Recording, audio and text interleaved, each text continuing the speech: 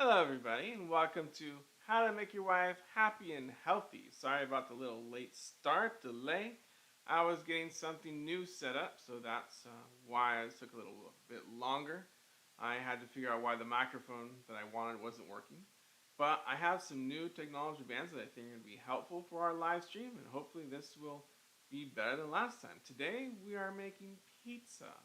Oh, and that's the other thing I want to mention. I said welcome to How to Make Your Wife Happy and Healthy. That's the actual name of the channel, the one that I originally invented for the channel, but I thought that was way too long for YouTube or too long for, Instagram, Twitter, all the other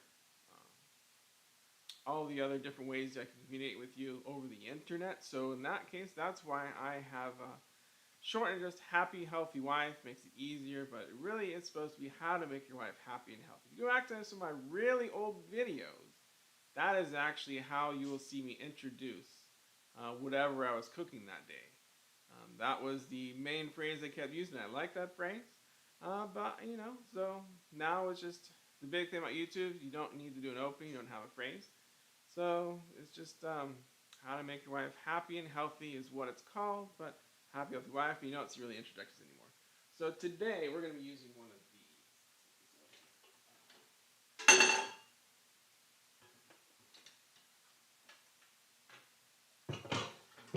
the electric mixer.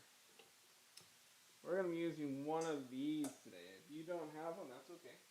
I used to always make my pizza dough without one of those. I used to just had a regular bowl, not this large, of course, but just mix the pizza dough in there. So if you don't need a really large mixer like this, but I have found it's a lot easier to use this mixer over the years. So it's going to be dough hook, and that's all we're going to need. First, let's get the ingredients ready. And I have a special treat. I hope this works pretty well. It should work. There we go.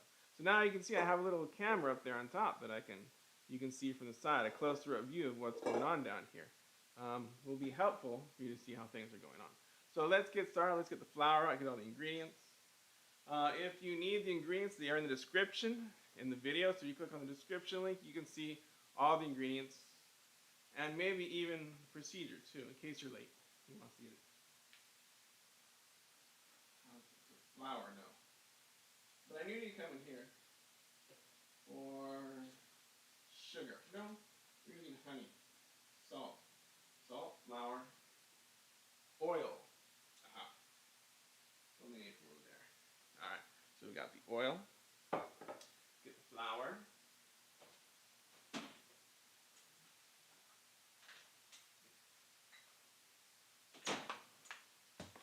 Oh, I know what I need in there.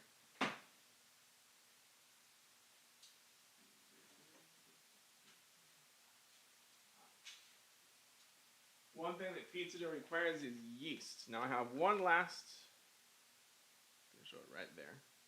One last Fleischmann's yeast. This one's actually made for pizza. So if you wanted a pizza dough, you can get these ones. These are good. But if you don't have that one, that's fine. I have often used this as well. The rapid rise. You usually want to use rapid rise for pizza dough. That'll help it rise faster. So those are, but I will be using the last one I have, the pizza yeast. Flour, oil, salt, sugar. Now, if you don't have honey, you can use a tablespoon of sugar. I have found I like the flavor of honey better, so I'm using a tablespoon of honey. And I need some hot water. So we have a hot water kettle that actually puts out hot water for us. But I'm going to have to make sure it's the right temperature. This is going to be too hot from the straight up temperature. All right, measuring cup for the flour. And salt. Now I'm not going to actually measure these except for the flour. And some salt. I want to make sure the yeast is actually active and it actually works. So what I usually do, and I've learned this from online, a lot of places, is we're going to actually start with heating up the yeast with the honey. Make sure it bubbles up. If you don't have honey, use sugar. Any kind of honey you've got. I like this honey. Make sure you use honey, and there's something else made for that. A thermometer. Now, if you don't have a thermometer, that's okay. Just make sure your hot water is not too hot.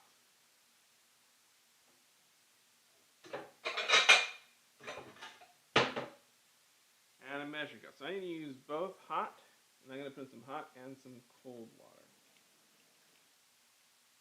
It came out before I expected it. So 3/4 cups of water. I've made this pizza dough so much I've kind of memorized how much I'm going to use.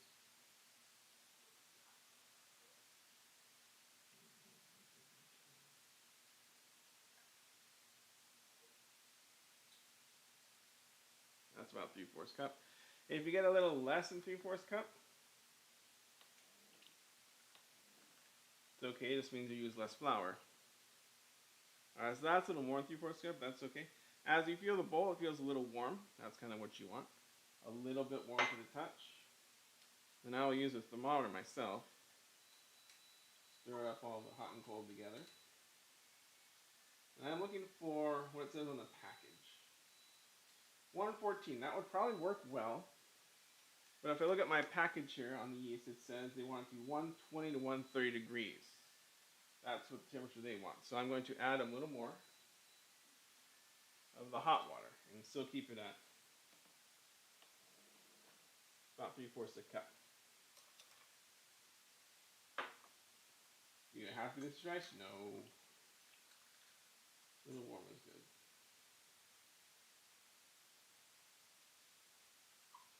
Let's go a little more. That was 119. Now, if you want to heat up your water, you don't have a kettle on the stove or automatic hot water here like we do. You can just microwave some water. Get some water hot. And then, add the cold water into the focus. That says 124 on my thermometer. That's really hard enough for you to see in that corner. But there it says 124. And I'm going to dump a little out because that's a little more than 3/4.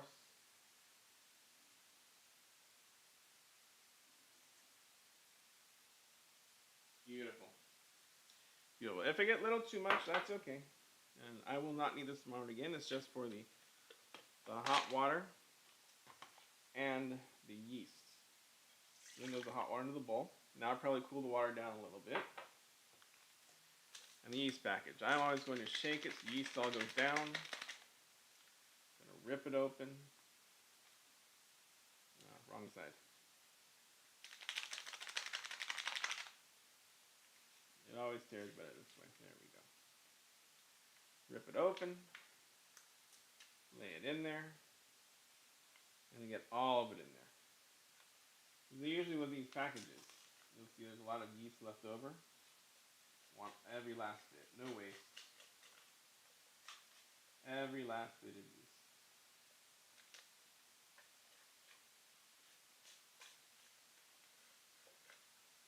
You might be thinking to yourself, doesn't yeast take some time to rise? And yes, it does. That doesn't mean we're not going to be busy. There are other things we can be doing while the yeast is rising, such as chopping up the toppings for the pizza, relaxing, or you could, like what we're going to do, I'm going to do, make pizza sauce. So I'm not going to measure a tablespoon. I kind of know how much a tablespoon should be. I'm just going to put in some honey. If it's a little too much, that's okay. Sweet pizza dough is good. A little more than that, a little more than that, a little more. Alright, so that's probably about a tablespoon of honey. About a tablespoon of honey. Oh, thank you. Let's see. Yes, and this time I can read chat. Although it's not, oh there it is, I can see it now. Oh, that's highlighted, hold on. There we go. Oh, welcome Mind Labs, Ryan. Thank you for saying you like the food. Oh, good. Okay, so that's gonna go to, oh, I need this one. Alright, so now we're just gonna let this, I should stir that up a bit actually.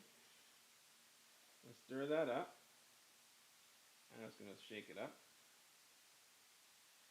And then we're just going to Take a look. It's just a nice slurry in there. Nice little glob of dough. And you know, we're just gonna have to wait. Wait about 10 minutes to make sure that it's good. And then we'll start kneading the dough. Well, not kneading. We're gonna start using the electric mixer to knead the dough.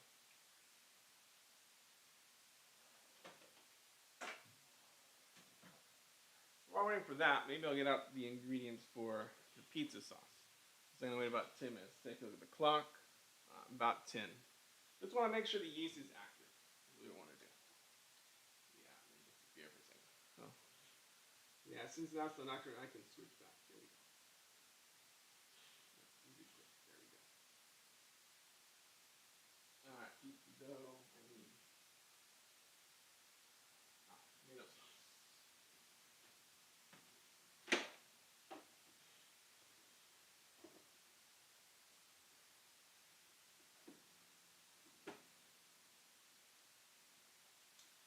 And I believe we said 16 ounces of tomato sauce to sauce up the pizza. Don't want to go too low on that. So it's going to use tomato sauce for the pizza sauce, sugar for the pizza sauce,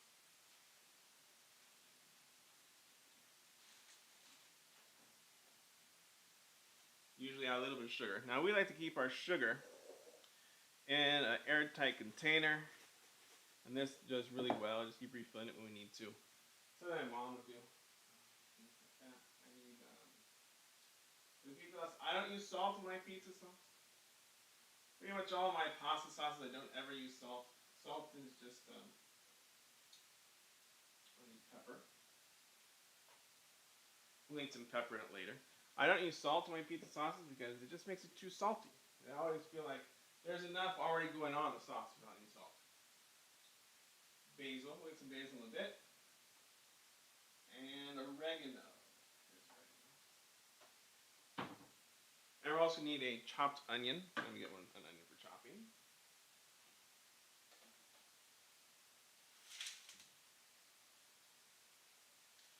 Probably need half of one. And some garlic.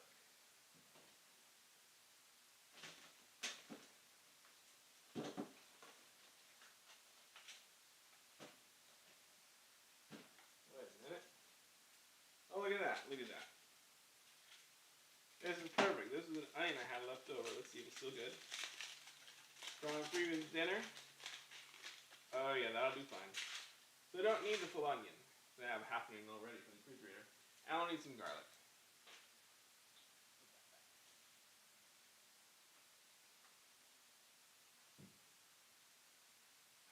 Okay, right, let's take a look at the yeast. Doing alright. Starting to foam a little. Oh, I don't have it on yet. But not much. You can't really see it. In a little bit, we'll do that.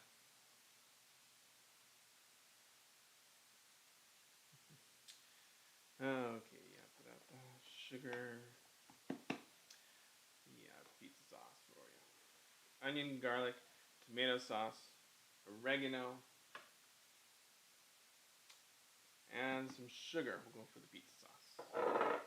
Oh, I almost forgot one more thing. For the pizza sauce. Grabbing these for that. And we're going to use fresh basil only because I have fresh basil. You can always use the store bought dried basil. That's what I usually use when I don't have fresh basil. But now I have fresh basil all the time. And why is that? Because we bought a basil plant. Watched a video on how to grow your own basil. And now I have like endless basil. Because this thing just grows and grows and grows. We learned how to cut the right part of the basil. Let me get there. I'll include these. These will do fine. Not my favorites, but these will work. So in cutting basil, in fact, now we're back here. Let's switch. We've got a basil plant right here. And this is what I'm going to cut today. And when cutting basil, you want to cut right above one of these two nodes. This is where the basil is going to grow again. And you can see it's happened before down here. See this split down here? That split. So I cut the basil right here, right between the two of these, and it grew on the left and right. So that's how you can keep cutting basil and having basil for the yellow leaves I usually don't use. Oops.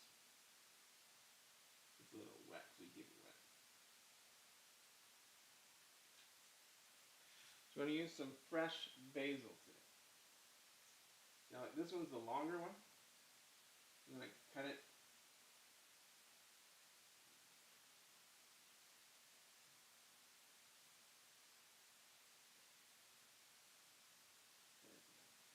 So I cut it right above these two leaves.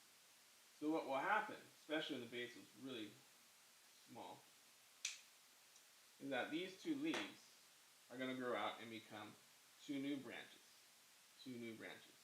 That more basil will come off.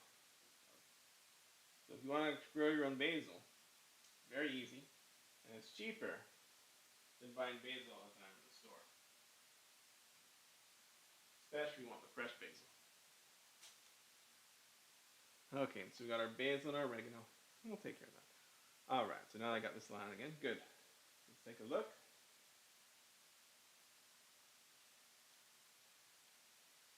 You can see a nice little slurry forming there. That means the yeast is active and good. So I'm ready to go with that. We use the dough hook to go with it. Let's get this in there. Boom. Now it's in. And let's see, a tablespoon of oil. I use olive oil. About a tablespoon. No sugar, we got yeast. 3 cups of flour. How much salt? A teaspoon of salt about. Let me turn this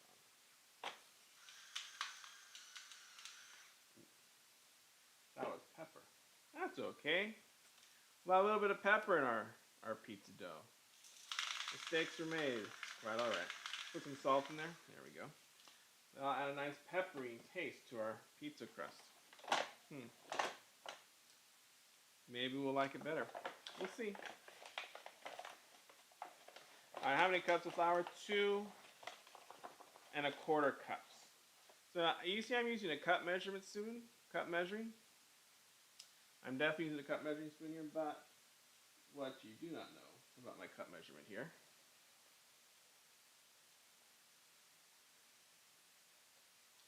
Let me try and see. Okay, that's better. What you don't know about my cup measurement here is that I'm not leveling off. I'm not really doing a cup exactly. This is a cup estimate. See, it's not even a real cup necessarily. It's just an estimate of a cup. And the original pizza dough recipe that I saw online, that I've gotten this from, it's a good recipe. You like it. Not right now, though. Lock that in. So on this side, there's a lock. On this side, we're going to turn on to stir after we plug it in.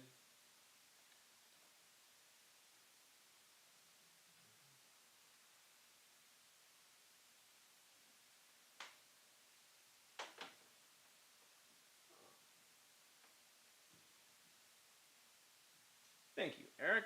I love you too. Nice little low stir. We're going to stir everything together first. I know you really won't be able to see what's going on inside. I can rectify that though. Using camera 2.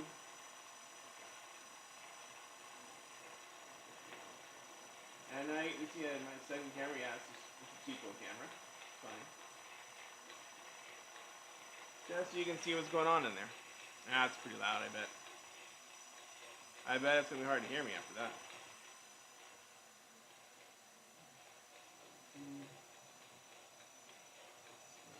Hello.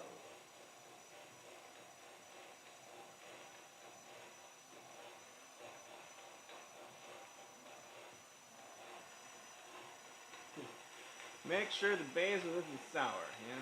Basil's not sour. Alright. I'm just going to let this go. Now, if you're doing this by hand, you'd be able to mix it up on your own. And you'll be fine. What's going to happen is we're just going to let it go, and we're just going to wait and wait and wait till the dough stops sticking to the edge. It'll need a little more, and we'll be ready. We're not quite.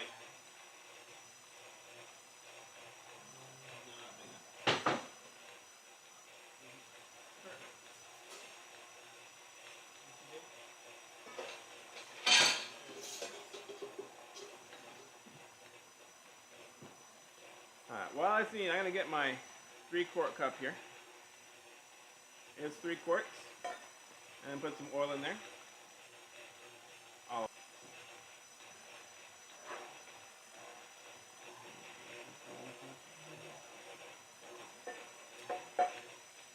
Spread around the olive oil. I'm using a paper towel to do that. And that's where we're going to put the dough and let it rise.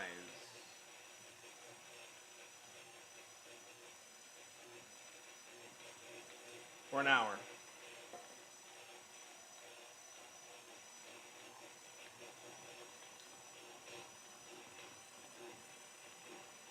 Let's get that's the stir speed. Let's get it higher. Get to mix it better.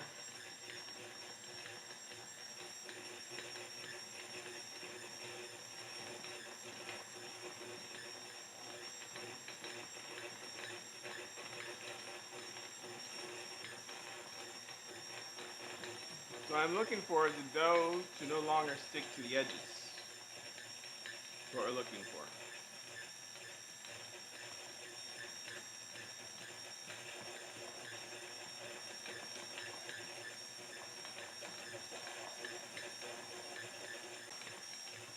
Yeah, I used to work at a pizza restaurant. It was my first summer job. The first thing they had me do was just put toppings on the pizza. So the way the flow worked for the pizza was there's one person who would take the dough out of the box, put it in the flour, back and forth, spread it out, make it a nice beautiful circle, put it on the metal tray that's going to go into the very fast, speedy, powerful oven, put the sauce on it, and then slide it over to me. And I would put the toppings on. I'd put on the cheese, I would put on the pepperoni if that's what they wanted. They had some special ones as well, like a special garden variety one that was really nice. It's already pre-cooked. I never had mushrooms, bell pepper, that kind of thing.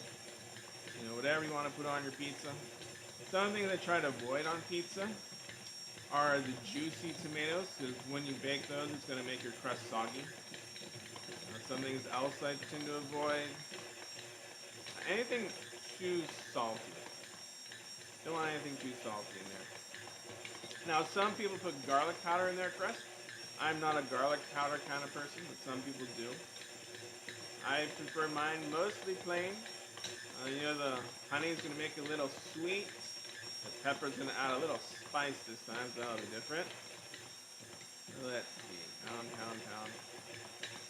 Alright, so you can see it's basically one dough ball now.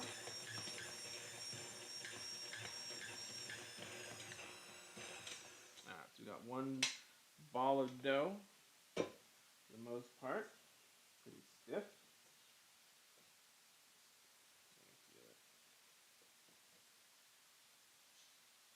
Pretty good. It might be able to use a little more water, actually. And for this, we'll take off the kneading hook.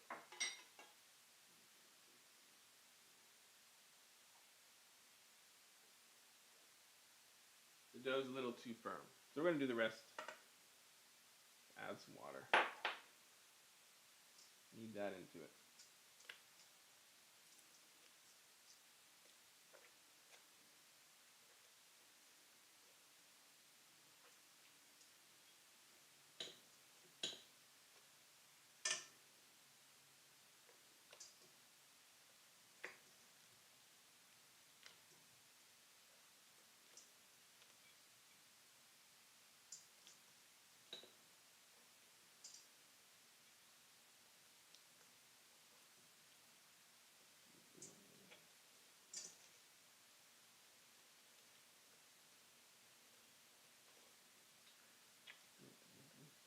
Ooh.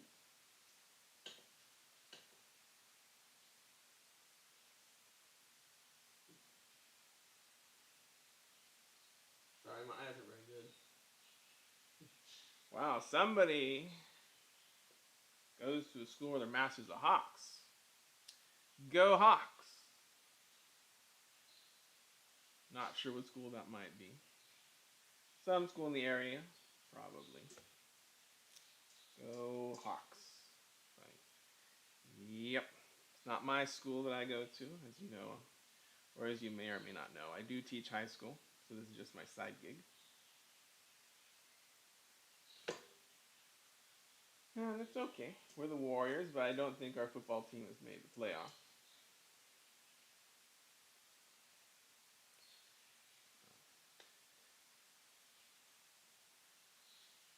Real sticky pizza dough. But it did need to be a little bit softer because it was really too hard after the kneading. Gotta add some water to it. If it's too much flour, it'll be hard. Not easy to manage when you go to roll out. If it's too much water, it'll be too loose. Not easy to manage when you roll out. Kind of want that happy medium, a nice pliable dough that you can maneuver. Alright, let's see. A little bit of flour. Just on my hand, really. Dust it with a little flour. We're going to be using a lot of flour later, so it'll be fine. Alright, yeah, that's feeling like a good pizza. Yeah, it's feeling good. Nice and elastic. Nice and stretchy. Good. Now we need to let it rise. Very soon. Okay, so nice, good pizza dough. Very stretchy, very elastic. Nice and moist. Gonna put it in my 3-quart bucket. Roll it around, let the olive oil that I put in there get on it.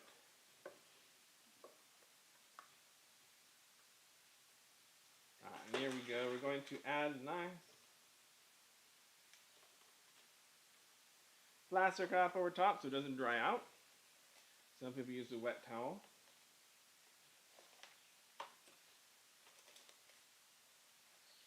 And now you might wonder where should you let it rise. You can let it rise depending on how warm your house is. Just out in the open. I prefer the oven myself.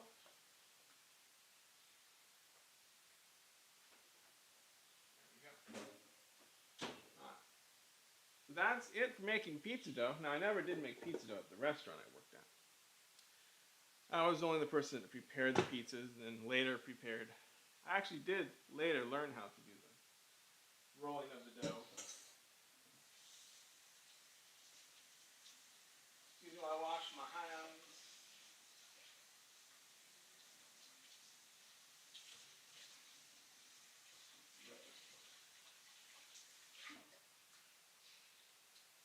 Good, good, good. And then use the pizza cutter and slices it up. So my first job was just putting the toppings on. As the owner saw I was comfortable doing that, he moved me up to doing the pizza dough itself, rolling it out. So that's how I know how to roll out a pizza dough, was from that. Won't need the Mexicans, so I'm just going to put this back.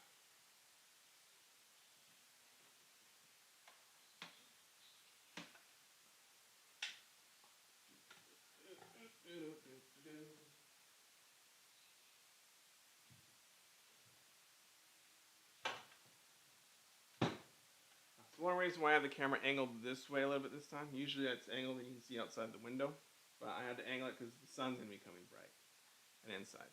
Okay, so let's get the pizza sauce ready.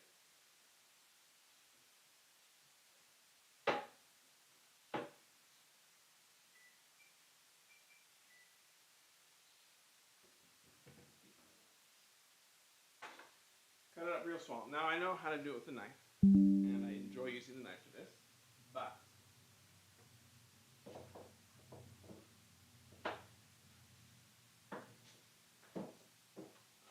dishwasher.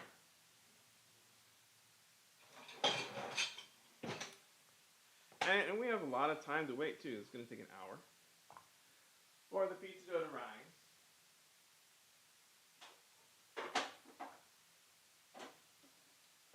Before we can go to phase 2, but I am going to use the Full Star vegetable chopper. One of my favorite gadgets. Yeah, I guess I should have put links in the description, but that's okay. There are plenty of links around in my other videos in the descriptions to these places later. Oh no, no, wait. There is a link in the description. So any of the gadgets that I use today, there should be links in the description, except for the mix from KitchenAid.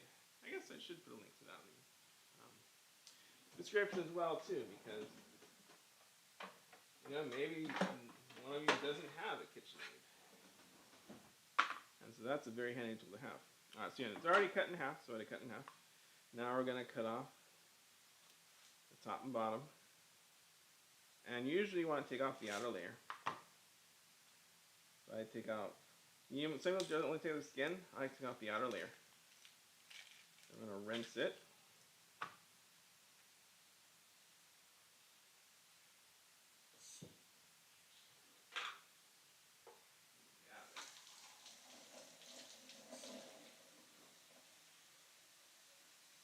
And by the way, so while I'm also preparing the other foods, you'll notice that I'm also putting water into the mixer where the dough was. Very important you fill with water, makes it easy for cleanup later. So cut the onion specifically. Half the onion, we take the sides about thirds, chop them off at thirds. Why? Because you want the flat part to go through the chopper.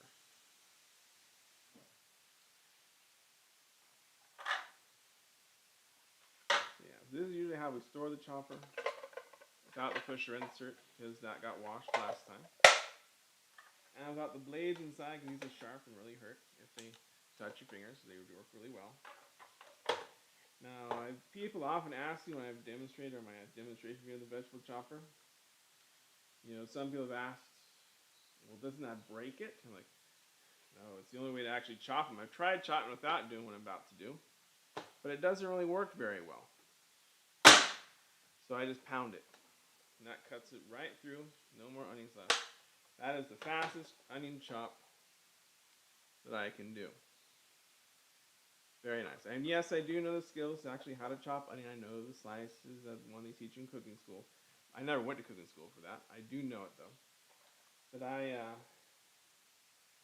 love this chopper. This way I can chop all the onion at once. 2 cuts with the knife practically. Well, 4 cuts. And then everything else happens with the chopper. And that's it. Even though that's right. It's just a one-use tool. I'm not going to use this again today.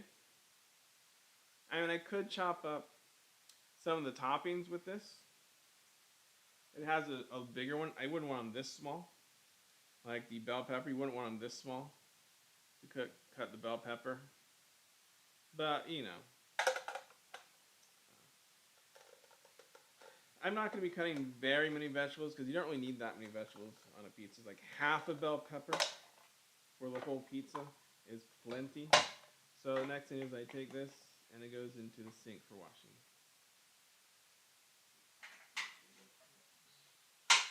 Top part doesn't need to wash. So I got onions ready. That's good. We're going to get this part ready too. Yeah, the cooking unfortunately is going to happen over there. I do not have a camera that can go all the way over to the stove yet.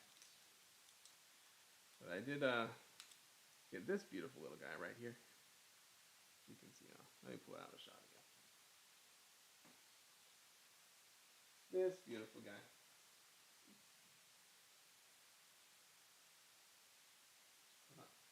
Oops. There we go.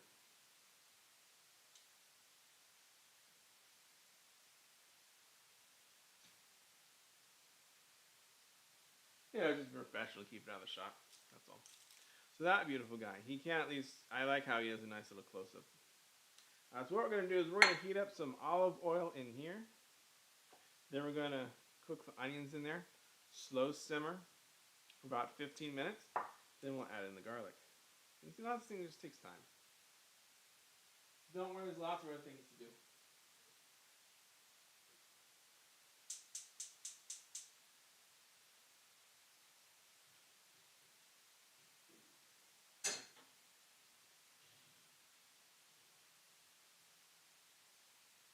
A slow cook so that it turns brown nice and takes a long time. It's very nice and caramelizes this way.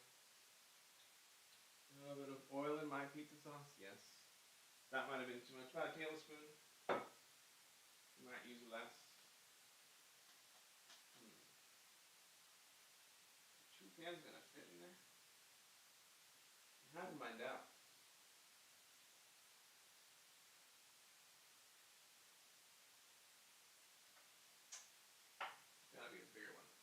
Be on the safe side.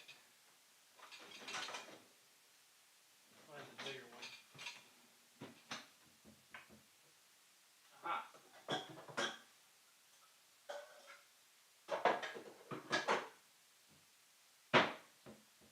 What I was actually looking for. This one's a little bigger. Not sure how many quart size this is. But if I'm using 2 cans of sauce, and I should really use a bigger one. I'm gonna reheat the sauce, the oil. You can see the oil right now, if I spin it around, it's very slow to move. Very slow to move around the pan. Very slow.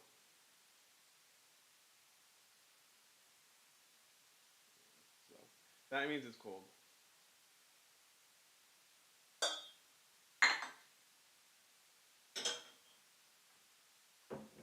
So I have to make sure for knowing how long to do the onions. Alright, we're gonna use 2 cloves of garlic as well. 2 cloves. So let the oil heat up, then I'll put in the onion. And we'll slow cook it for 15. While that's going, we can start putting together all the other ingredients too. That'll save time, because what's going to happen is, once the dough is done, you're going to take all that time to shape the dough onto your pans. Now, I don't have any round pans for pizza.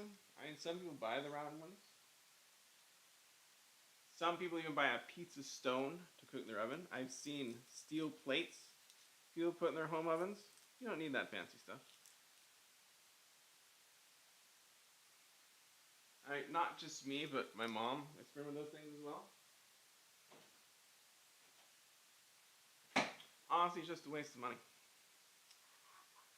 If you want good pizza, you want the crisp crust, you want a crispy crust, just pre-cook the dough before you put on the sauce and the toppings. That's what we'll be doing.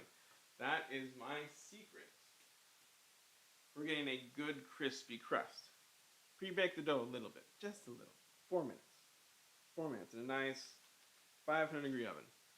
I mean, you'll see people try and sell out those very expensive pizza ovens, $600, $700, something like that, that you have to use outside. I'm not gonna buy an appliance and use maybe twice a year. Well, I usually make pizza more than that. Once every 2 months, maybe.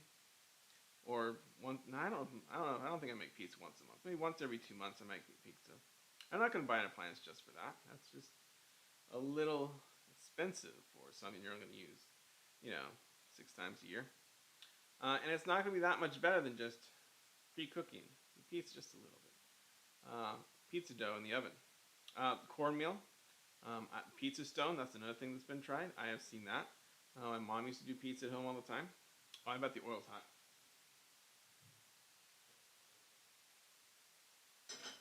Yep. Oil is nice and flowy. You might not be able to hear that sizzle very well, but trust me, there is a sizzle going on here.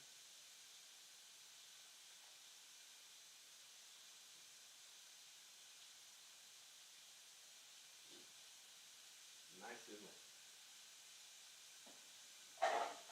Again, soaking the things I'm not going to need anymore. We'll washing later.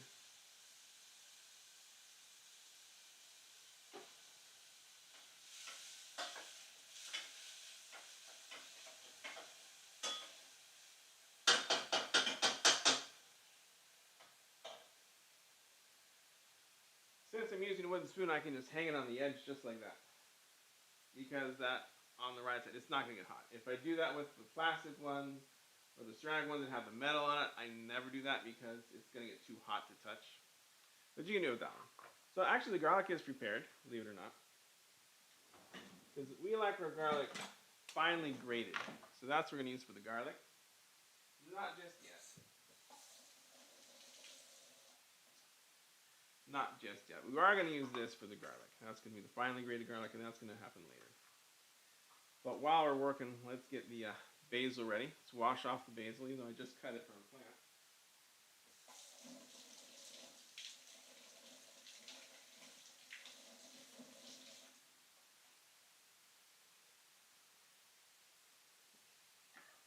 And the best way to handle the basil, well, we're going to take the leaves off.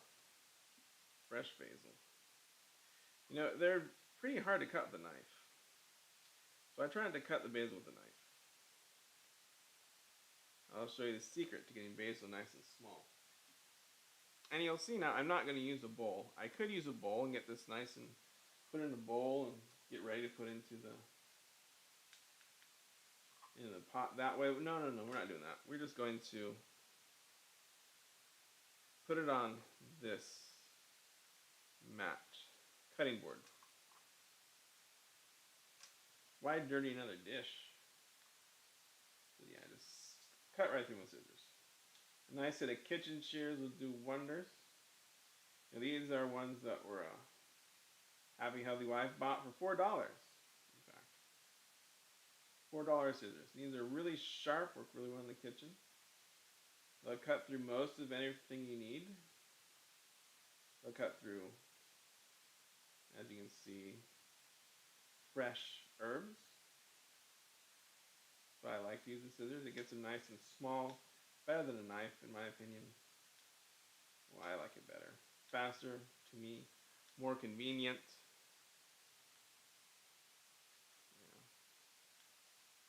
Yeah. We gotta think about that. We'll play back if I know. Alright, so there's the basil. It's gonna go into the beautiful tomato sauce. Have the sugar ready. Okay, good. These are the pulled tab ones. I like the pulled tab cans better than the ones I have to use the can opener for. The oregano, so that's going to be ready. Let's stir the onions a little bit.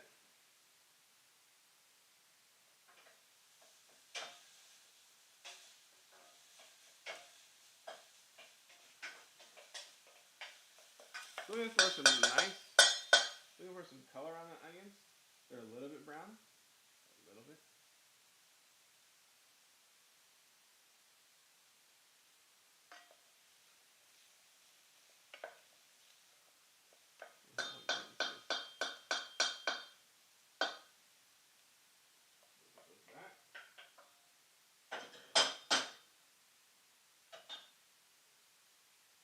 Looks like it's ready for the garlic, actually, so I'm going to go ahead and grate the garlic inside. I want the garlic hot, so we're just going to do it over there on the stove.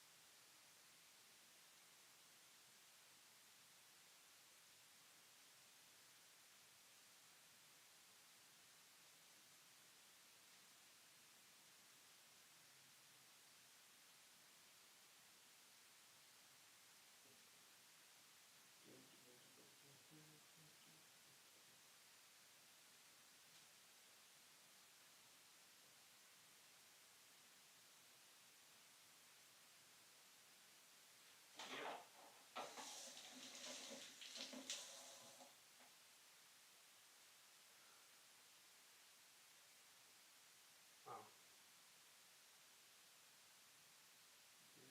I'm checking something. Give me a minute here. I want to check something.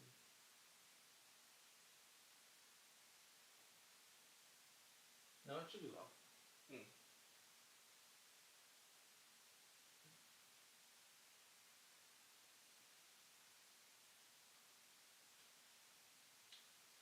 Oh, interesting.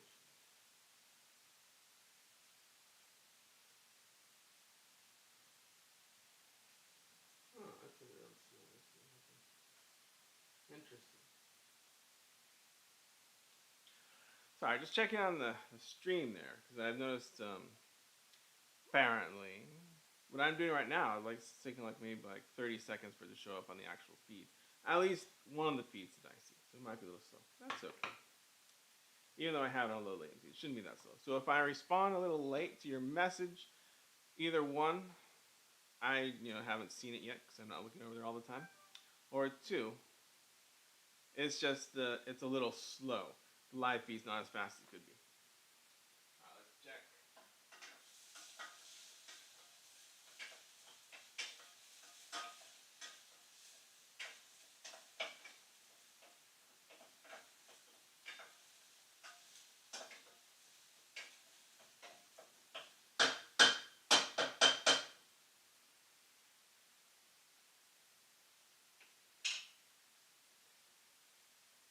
So this onion's looking nice and a little bit brown. That's exactly what you're looking for.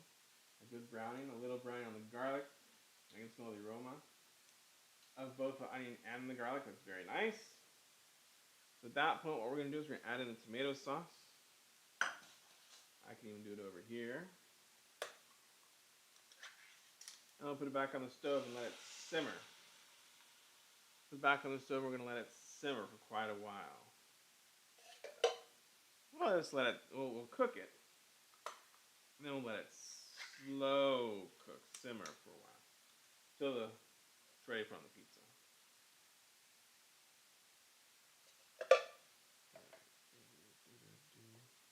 A little bit of oregano, like a quarter teaspoon maybe.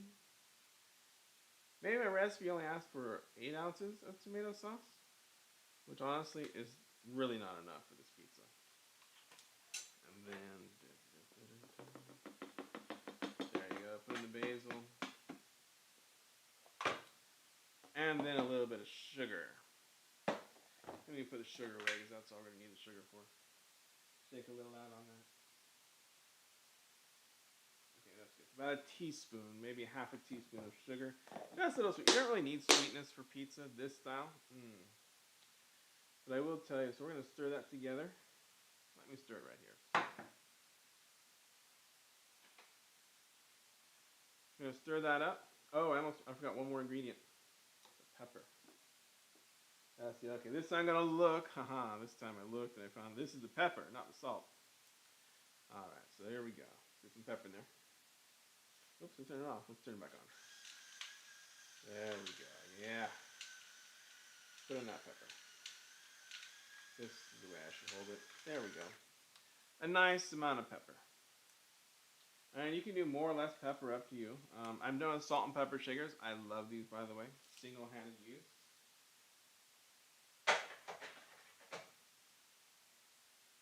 If I finish it, you might have seen my other salt and pepper grinders. Those are good. These, I think, are better. If I can finish it up, there will be a review on those, most likely Monday. So we'll be working on that. Well, I'll be working on that since I am a one-man show. I do all the editing and everything. Alright, so it's a nice consistency. There we go, good pizza sauce. Now we just gotta heat it up and let the spices and the spices, what was the other thing? The herbs and spices mixed together with the tuna.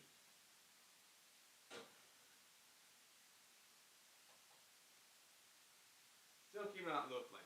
And later we'll taste test it to make sure it's good. Alright, so now you're probably wondering, well, let's see. Let's take a look at how long before the dough is ready to fold. Alright, so you have about 40 minutes left on the dough.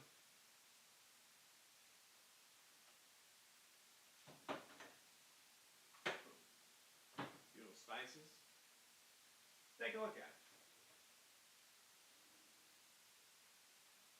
So I don't know if you remember what it looked like before, but you can see it has risen a bit.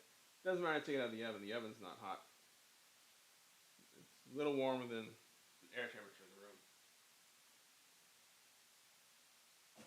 Pizza restaurant.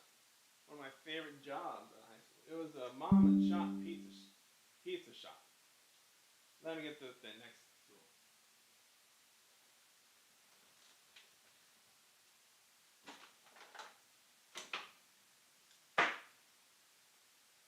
Alright, since we're going to be making 2 medium-sized pizzas, about 12 inches. I measured my pans about 12 inches, all I can use.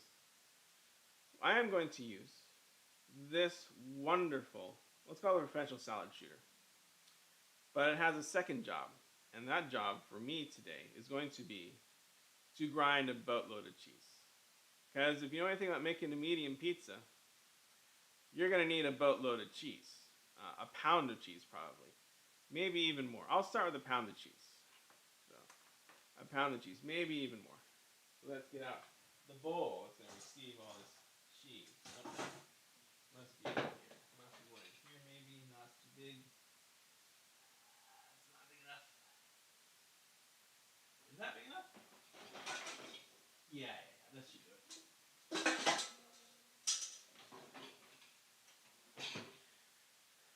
So I got a bowl to hold my boatload of cheese. So you're gonna need a lot.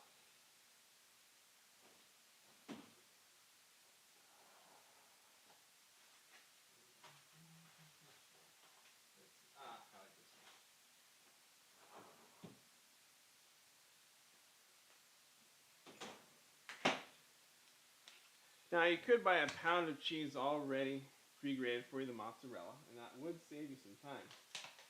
That'd absolutely save you some time. But I am going to recommend not.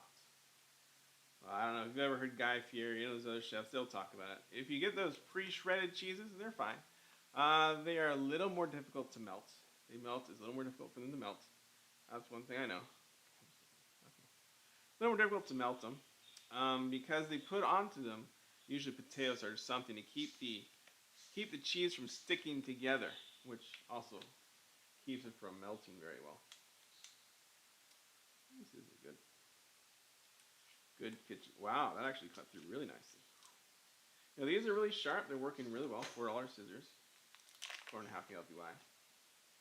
So just gonna cut open the plastic, and then I'm gonna use my special cheese knife. Yeah, why not? I have a special cheese knife. Got it through Costco. I love the cheese knife, by the way. It's a wonderful knife. Because I can't fit this whole thing in here. It doesn't fit. So you gotta cut it up into it. The other thing is it has to be cold using this machine. If it's warm and soft, it sticks and comes out all strange, and it's just not very good. Let me take it apart for a second for you. We got so much time here today.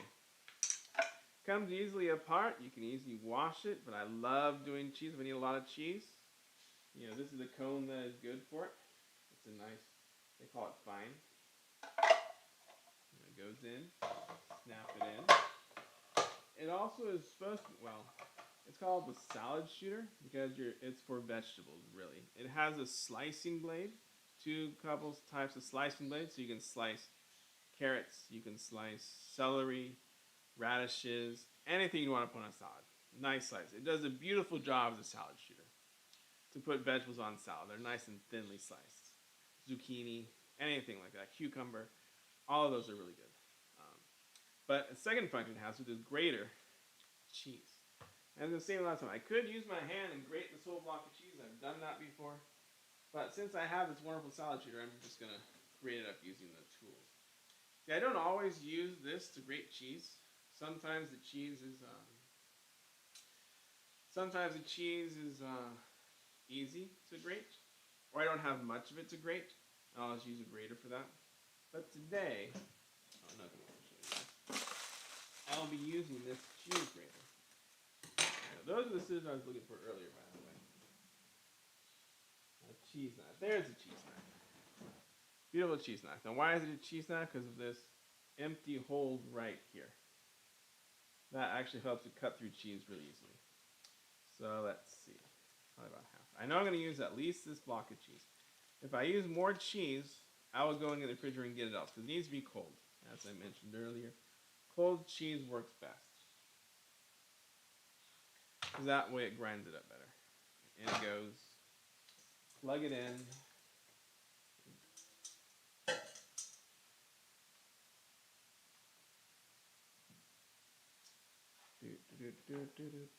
Switch is here to turn it on. If it's not locked in properly, it won't turn on. I have tested that.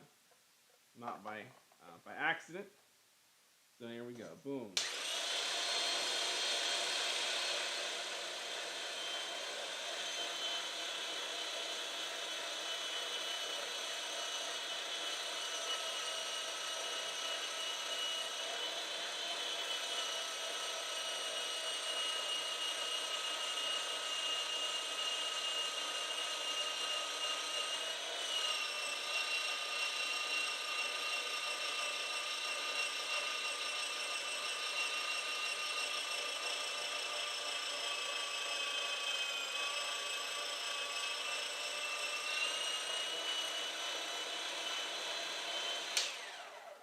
One thing you're not seeing because of the fault of the machine is look at this side.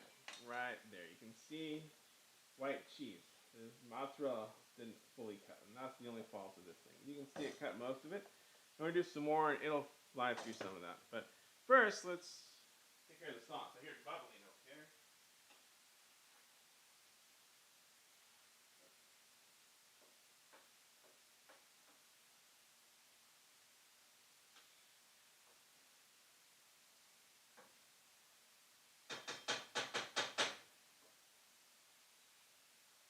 Alright, so took out the sauce. We're going to turn it down to a low simmer.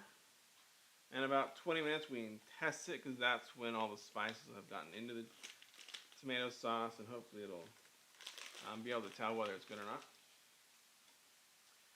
Alright, so let's put in the second block of cheese. I think this will fit. Yeah. Just barely. Oh, perfect. I'll do this again. Sorry for the noise, but it's fast.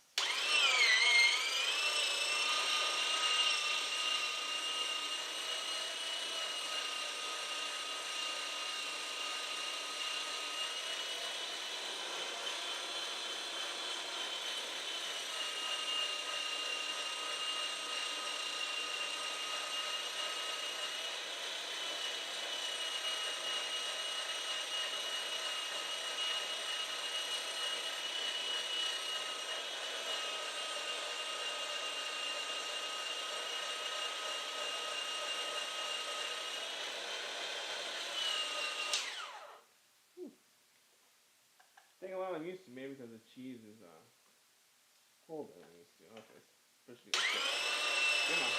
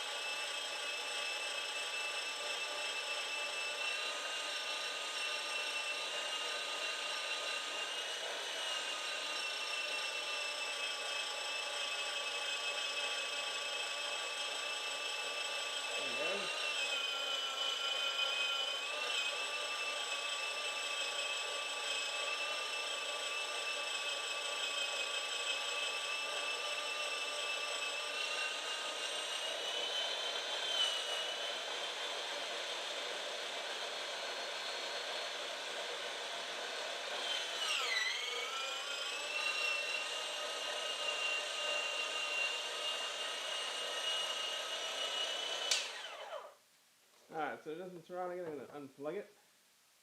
Clean out the cheese. We'll get it ready to wash. It's definitely dishwasher safe. Not the motor part, of course.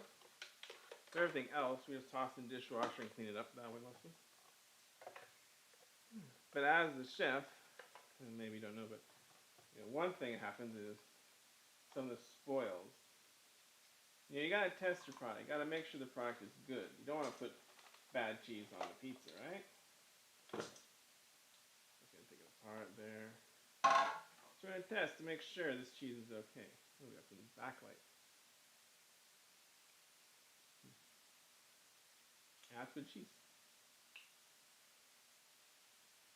You know about taste testing. Always test your food. Making sure it's good. Get some extra cheese out of here. All this cheese. This is also why you always wash your hands before cooking, which I absolutely did.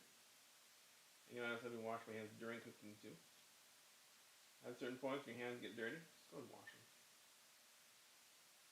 There we go. Yep. So at the pizza restaurant I worked at, we did not have to grate our own cheese. The prep crew did all that work, like the grating of the cheeses, the chopping of the vegetables. Everything I'm doing now, I did not have to do at the pizza shop. Not one bit of it. So these need to be washed. So we can now clean them off pretty well. And the sink ready to be washed. And this. Oh, and I can take this away too. Don't need the hot water in here anymore. Move that to the side. Everything's looking good.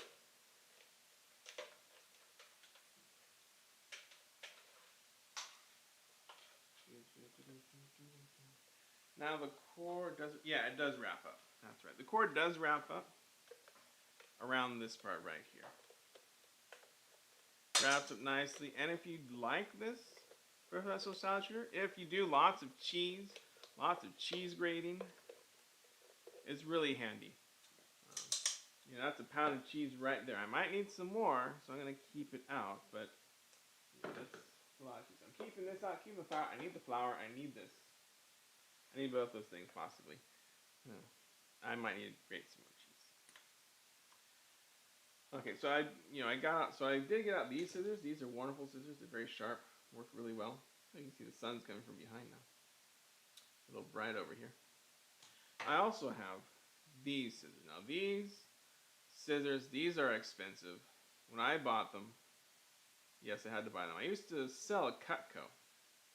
This is actually a set of Cutco shears. These are the best shears. I gotta still demonstrate them for the channel, but these are really the best shears. You can take them apart, dishwasher safe. You wash in the dishwasher all the time. But one thing that's great about these scissors is they will cut through anything. What? You don't believe me? I'll be right back.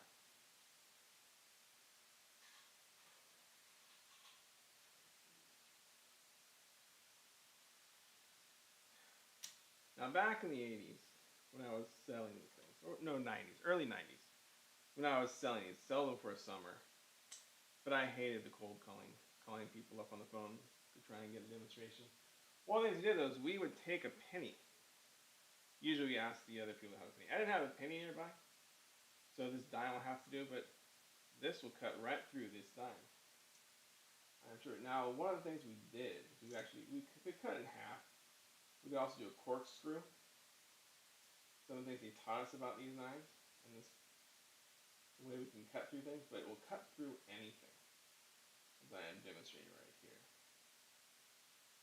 Yeah, it'll cut right through the dime. Now, defacing money and whatnot. But we did it as a demonstration to show people how strong these scissors are. They'll cut through literally anything, as long as you have enough force behind them. And I've had these scissors since the 90s, so that's a good 30 years. In fact, these scissors were so good. Well, Happy Healthy Wife's parents loved them. In fact, one day, they took them over to the neighbor's house to use them for something. I don't know what they were using them for. And then after that day, we didn't know where they went. They disappeared. That's right. These scissors disappeared. So apparently what happened was the neighbor somehow kept them. I don't know how. Lost them or whatever. But eventually the wife was so upset with the husband, our neighbor's wife, that we got them back. But that's how good they are. I feel like they like them so much. Everybody I know likes them. But I will tell you, they were $65 back in 1991. Or 92 or 93, whichever year it was I was trying to sell these things. I think it was 91. Might have been 92. I don't know. Saw a want ad for to sell stuff. And back then they only sold these things door to door. Now you can go to Amazon and buy them. They're probably pretty expensive. But if you want to get a pair of these scissors, there's actually a link in the description below.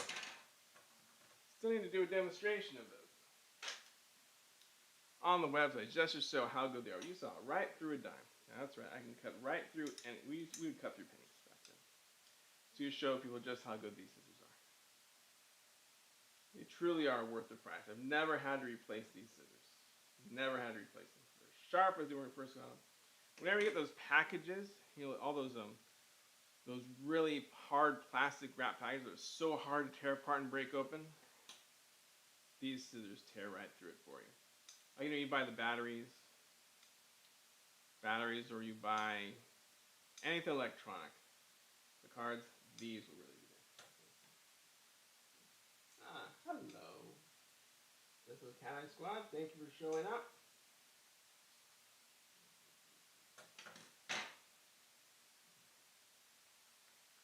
Thank you. Yes, I'm very happy to finally get the 1K subs. Thank you. Yes, and those scissors are super sharp. So these are really great. Cut through anything. These are super sharp. And I would do my other stuff. So let's put those scissors away. Alright, so we got our cheese. Now I get some other toppings ready. The sauce. 20 minutes to do the dough.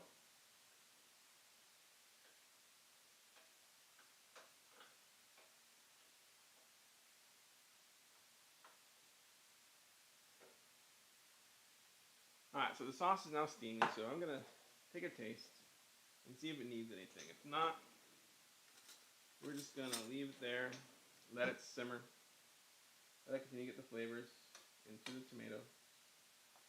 Now, one thing that Happy Healthy Wife knows about me, and you guys don't necessarily, is that I really do not like extra hot foods. So whenever there's soup on the table and it's really hot, and usually it is piping hot just out of, after the boiling, I don't eat it right away. I like use at least 10 minutes before I'll even try it.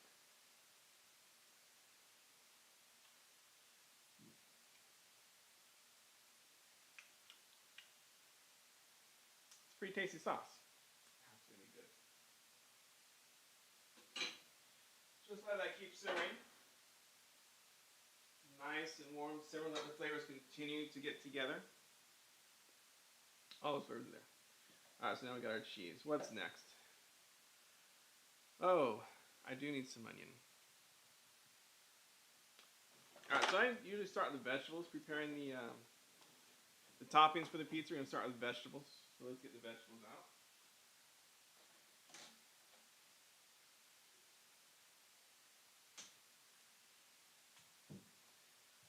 Yeah, but in case also if you miss it, the stream's kind of a little slow right now. I can tell because when I look at, I have two different versions of my stream going on. I see the one that's live, which is me, and I see another one which is probably what you're seeing, and it's a little slow. So if I take a while to get back to you or talk to you, it's largely because it's just slow. I'm sorry about that.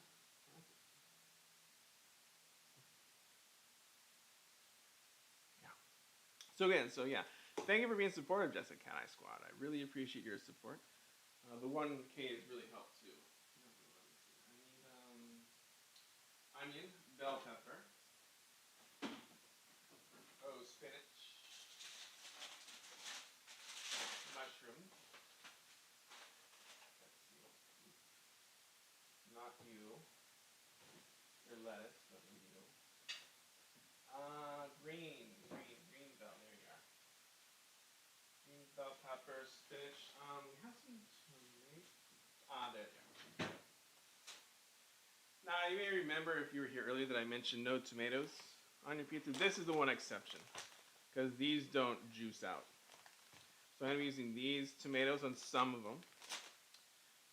We got spinach, onion, bell pepper. That's usually my vegetable combo go-to. I'll get to the meats a little later. This is usually my vegetable combo go-to. I'm not going to use the whole bell pepper. It's just too much to use a whole bell pepper. Because only one pizza is going to get this bell pepper. Because my son likes a specific meat-style pizza that I'm going to be making that he loves. I like the combo. We borrowed it from a local restaurant of ours. And that local restaurant was really good when they were here. They have since moved on. Closed up shop.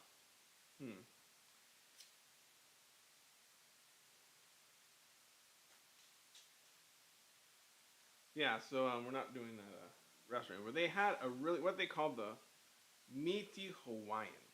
So you know Hawaiians usually Canadian bacon and pineapple. That's it.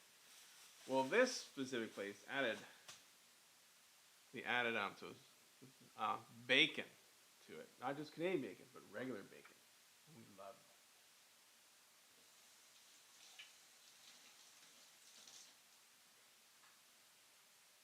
that. Yeah, especially my son loved it. So anytime I make a pizza, I kind of do a similar thing with that, but I usually just toss on lots of meats. Now we'll wait to the meats later. Let's just get these vegetables done. Right. So let's see. How do I want my? Since I've been doing small pizzas recently. Little small ones, probably about this big. It takes longer to make individual sized pizzas, but that's commonly what I've been doing. But today we're gonna try and do a big 12-inch pizza. The reason why I avoided 12-inch pizza, it takes a little bit more work to get the dough round, and it's good for it. But I have been a pizza restaurant person. So let me see. That's gonna be a little too long, I think, still. It's okay, we'll chop them in half in a second. So I'm going to, try again. It's been a long time since I I don't roll out. I guess you can call it rolling out, but I don't roll out a 12-inch pizza dough. Use my hands. No, we never did the tossing thing. We never tossed them in the air. There are a couple different methods you can use. There's the knuckle method. That wasn't the method we used. We would just slide it, and you'll see. Hopefully, I'll remember how to do it. It's like slide it on the counter with flour. In fact, one thing they taught us to do for it was we actually there's the pizza dough box right here. There was next to that was a big container of flour, like right here. So pizza dough box, flour. So you'd open up the pizza dough box, you'd take out the right size, whether it was, and it was in plastic wrap, whether it was a medium, large, extra large, or small, or the single size. And you take the thing out, you would dump in the flour, top and bottom, put it on the table, and then work it. It was a lot of flour that you were using. And then you would spread it out. I don't know if I'm going to. I guess I will. I wish I had what we had. We had one of those things. I'm not sure what it's called. Maybe it's called a pizza roller. And I think I've seen that. I might get one later. But basically, what it does is it kind of acts like one of these things, where it's going to poke holes in the pizza dough. And that was to keep the pizza dough from rising. So it was, you'd spread it out and you'd roll it with that thing. Get as many bumps in there as you could. Keep the pizza dough from rising in the fridge. Alright, so that's the bell pepper we're going to add to the pizza. So we got the onion right here. So when I'm saving half an onion, what I usually do, in fact, I'm not even going to use half an onion. So one thing we do sometimes is actually all the toppings for our vegetable pizza that I'm going to set up actually work very wonderfully in an omelet. At least we like them in an omelet as well. So sometimes when I have extra toppings, I'm going to have extra onion toppings. There's no way I'm going to put all this onion on that pizza. Then we save it in a container, and it can be used in an omelet later. Best way, or the way my mom always saved the onion, was in foil. So I have to cut it in half. I know I'm not using the whole onion, so the other half is in the refrigerator. And so since we use onions all the time for other things, not just this dish, it's not going to go to waste. There, we get our onion out.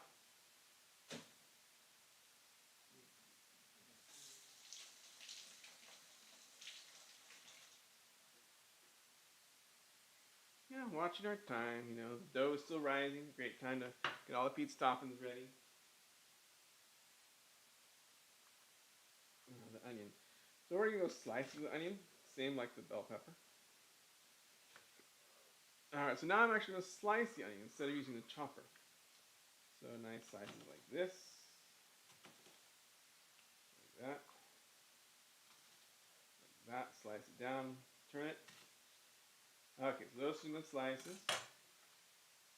Break them up a bit.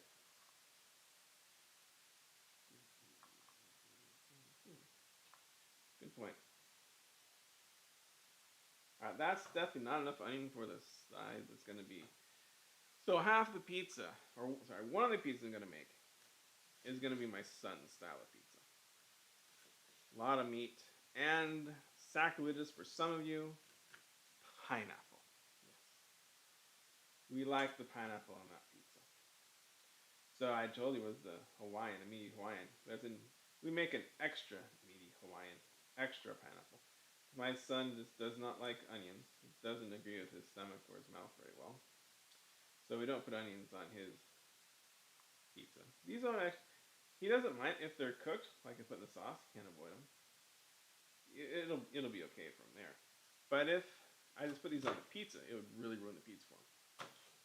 In fact, one time, his favorite burger's In-N-Out, and I accidentally ordered very wrongly. I don't know what I was thinking. I wanted a non-double-double with onion. And he wanted a double-double without onion. So I was getting my single with onion. And accidentally, I instead ordered a double-double with onion. And then there was the cheeseburger without onion. Just, I don't know, my mind was somewhere else, and I forgot that he was double double. Anyway, so unfortunately for him, he had the double double, but he took the onion out, but it was still not good enough. He could still taste the onion. That was terrible. All right, let's see how many mushrooms we're going to use here. So one half is going to be son's pizza. Can't do onion or bell pepper. Doesn't need those. The other half, okay, the other pizza is going to be half daughter style. What she likes is mushrooms, pepperoni. Not always the pepperoni, but I have pepperoni, so we'll put some pepperoni on today. And sometimes you want onion and bell pepper. So I just put it on anyway today, since chef's choice, right? I don't know, she could be watching. Later she will be eating, I hope. So yeah, mushroom-wise, let's see. Now, I do have a beautiful dash safe slice I could use to actually slice these up, a nice mandolin to slice them up really quickly. Mushroom strength, so let's get a nice 8. 8 should be enough. And if I do too many mushrooms, that's okay. Because what happens is, it becomes good stuff for tomorrow's tomorrow will be Sunday, or Monday or Tuesday, an omelet. All these ingredients are ingredients we love in omelets too. Makes them nice and fresh. Happy Healthy Wife actually does the omelets. So if we have leftover vegetables, sometimes it becomes omelet time. But not today. No, I'll be a little honest. I'm getting a little hungry, but I'm not very hungry.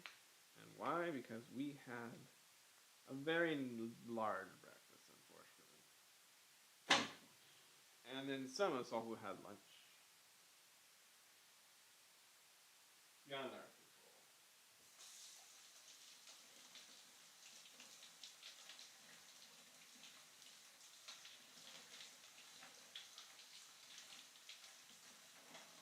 I washed the mushroom. Yeah, I saw Epicurious. They said for mushroom. They said for mushroom, use a paper towel and wipe them off. Really? Use a paper towel? No. I don't wipe them off with a paper towel. So what I'm going to do is I'm just going to cut them.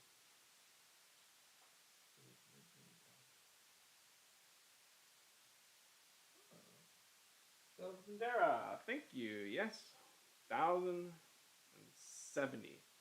Actually, you guys can't see the exact number. I'll let you know a little YouTube secret. So you see 1,070. I see 1,077. They don't even round up. They round off. So you see 1.07. I see 1,077. So I actually get to know the exact number. Kind of funny. I didn't know that until I became, what is it called? Until I became monetized. Didn't know once I get past 1,000. Alright, so yeah, that was not actually the weight. So these knives were actually taught. This is another Cutco. You can barely, doesn't say it very much, very easy anymore to see that Cutco. But they taught us how to cut with them, which is the French chef knife way, which is this way. Rocking motion. Now, I know you're supposed to use your knuckles. I'm not a big knuckle guy, but you're supposed to use your knuckles. And you move the knife, not the food. So you just usually have in your other hand there just to stabilize the food so it doesn't roll away or whatnot. Yeah, so I learned the cutting skills, oddly enough, from the company that I sold knives for, Cutco. Now the way it worked was we had a demonstration on the knives. We had to demonstrate how to slice a tomato really thin. It wasn't with this knife. It was with a serrated edge knife. We had to demonstrate the ease of which you cut through soft things. So what we do is we'd have somebody, the person in their house we went to, we'd go to somebody's house. We'd have them take out their bread. I remember the line we were supposed to ask at that moment was, so what kind of bread is hardest to cut? Right, hardest to slice? And we're hoping, and the line they're supposed to say reply is, what was it? Fresh bread right out of the oven. Okay. So they wouldn't have any fresh bread out of the oven. They would have, your sliced bread. So we would take the knife and just do this and cut right through bread. The soft bread, like you'd worry about the crust, you just go like this. It would cut right through the bread. One of the things for something like, oh wow, trying to wow you with how good these knives are. They're big, and they were expensive knives. The big selling point was, how often you buy junk knives. Let me show you. I have a junk knife in here. Let me grab it. I never use it, but there it is. Like a cheap knife that lasts for a little bit while, and then you have to throw it away because it's just not sharp and won't cut anymore. Those kind of knives. I never use this knife. I don't know if it's any good or not, really. Maybe you guys know what this brand is. It says Echo, E-C-K-O. Maybe you can tell me if that's a good knife or not. I don't know. Anyway, so one of the selling points was you have those kinds of knives that, you buy them cheaply and you discard them every 3 years and buy a new knife because you need a sharper knife. That kind of thing. So why don't you buy these expensive $20 per knife knives? I think like at least 20 per knife. Although the scissors sold really well. It's a demonstration of cutting through a penny. It was really nice, and I still love those scissors. I would buy them again. $65 for a pair of scissors like that. Lasting me 30 years, they'll last forever. It seems.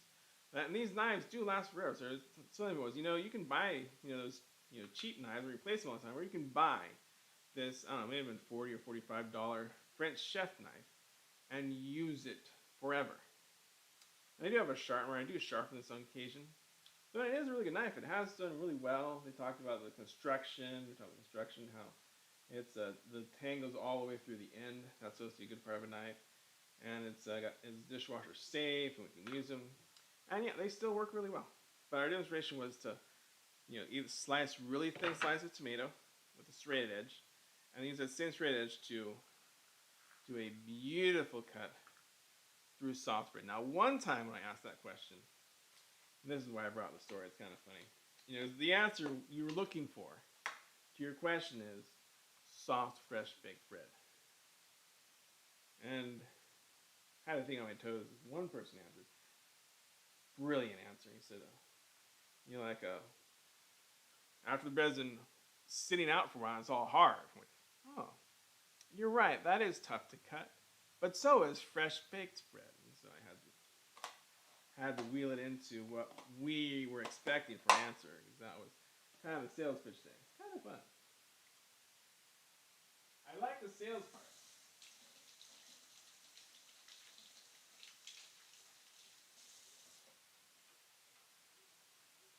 I actually like demonstrating knives and how to use them. That was the fun part. Going to people's houses, demonstrating how to use the knife. The part I didn't like was calling up people to ask them if I could come in and demonstrate the knife. That was the one part that I really did not like, and that's why I quit the job. But well, that wasn't the only reason. That was the other thing was so I was doing pretty well. I had visited 9 people's houses and sold something at 7 people's houses, which was actually a pretty good record.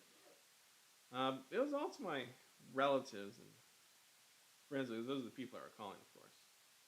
And what you're supposed to do at the end of the sales pitch, is there somebody else you think would like these knives? Because they never sold the knives online. There wasn't online back then. But they never sold them in stores. They only sold them through salesmen. Only through salesmen. So only a person who worked for Cutco could actually sell the knives. Because they felt that it wouldn't be good enough to just have them, in a catalog for people to try. They wanted to be personally demonstrate the knives so that they would know what they were getting. And spinach.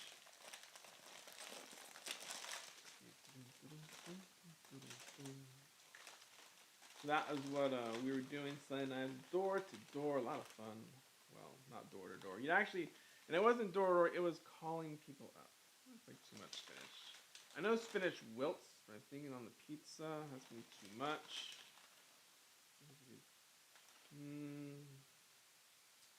Okay, I think this is a good amount for the one pizza that's gonna have spinach. Actually, it's only gonna be half the pizza. Truly, it's just gonna be happy, healthy wife and me with the spinach. Happy, healthy daughter.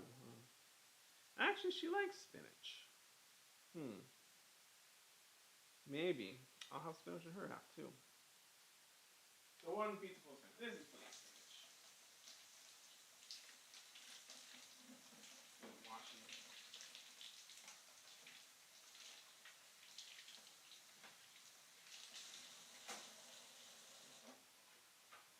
Where is that? Man, I'm getting sidetracked so much.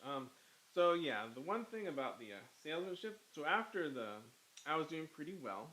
You know, wasn't having as many leads for any visiting places as I should have. But one thing, then the manager taught me was how to do a more, how shall we say, hard sale. Hard sale.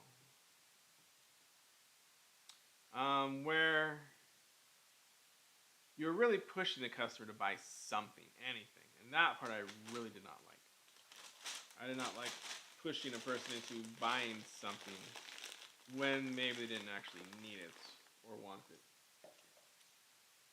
So okay. So here's our vegetable pizza toppings, the vegetable part. Now it's time to work on the meat. Let's see how close the dough is. Oh, look at that. Got a minute left for the dough.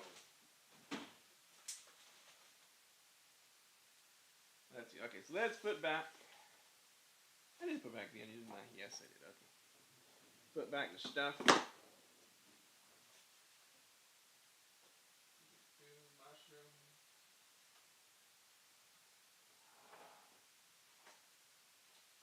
Get the meats out.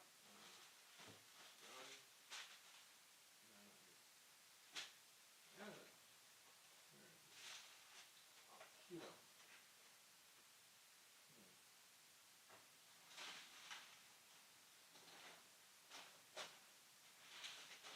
Huh. That's not the one I bought. There it is. Okay.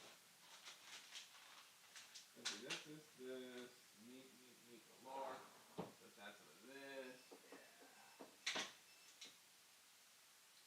Alright, some good cooking tidbits. Oh, there's the dough. We're gonna wait. Finish the meats. The dough can wait. I want to finish prepping the meats because once the meats are done, the sauce is already done. So once the dough is done and rolled out, it goes really fast. There's not enough time to get the meats ready before the pizzas actually come out of the oven for the first time. It's going to be double pizza time. So let's go ahead and, oh, look at this. This is a great secret. Well, not a secret, but something I learned from somebody else about Costco. You know, you can buy the packages of chicken breast already cooked rotisserie, right? What's even better? Buy the chicken itself and chop it up. It's even better tasting that way. So I'm gonna pick some chicken breast like meat. There we go. There's the breast. This is actually the whole Costco chicken right here, and it's just ready for use in like a soup. If you want to make a chicken noodle soup, or some of the other soups I have made. What soups do I like? Chicken noodle is good. The Mediterranean soup I really like uses chicken. This chicken worked really well in that soup. Chicken vegetable, that's funny. Vegetable stew, I was gonna say, but it's a vegetable, it doesn't have chicken. So on the meat assorted pizza, we're gonna add some chicken. This is straight up Costco. You know, buy the $4.99 is what it was to yesterday. Costco rotisserie chicken, $4.99. Pretty good. I actually used it in my son's favorite dish yesterday. We actually bought two of them, which is he still likes it best. It was like the very first, maybe not the very first, but one of the very first videos on my channel.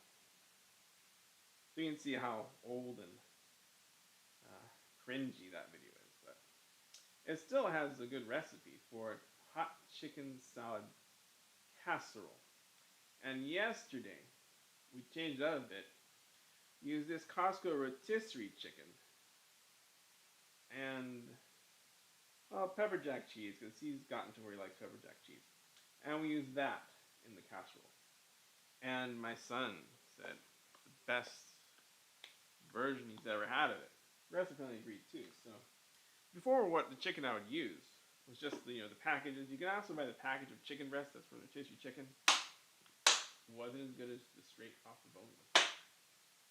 So anyway, that's what this is, and this is also great because this is what Happy Healthy Daughter is going to get for in her lunches, in her salad lunches.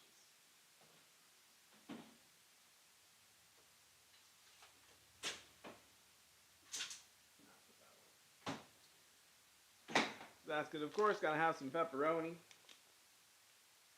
Yeah, I guess Happy Healthy Daughter does some pepperoni.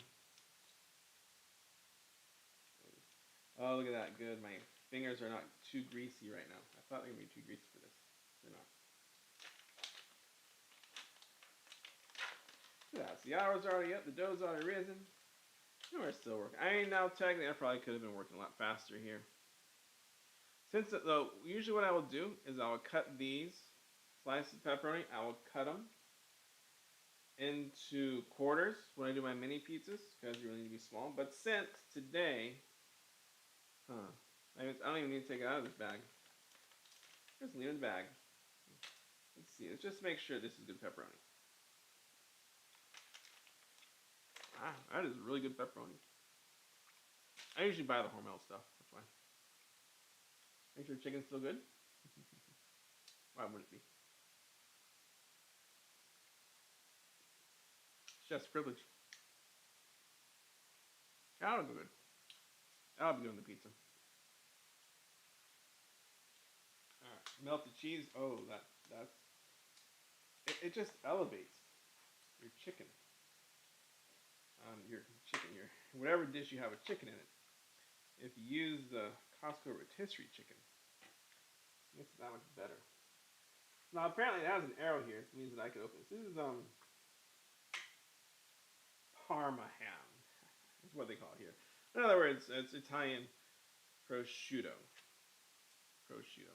Now I'm not usually having prosciutto, but recently we did I'm not going to name it right. It was basically a cheese board. It's where you have cheese and meats and bread or crackers.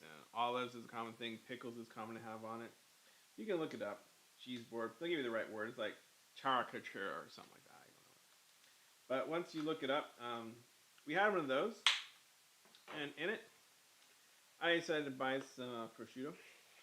Because actually I had, oh look, it's the perfect time to showcase the scissors. Put it back in the wrong drawer, that's okay. Prosciutto, and I had some of that for it. I actually had some of that earlier. I made, and I'm going to make, it's going to be on the channel. You're going to see it. And it's going to be wonderful. I made, let's actually cut into the thing here, so I'm going to open it. This thing is cut right through plastic, no problems.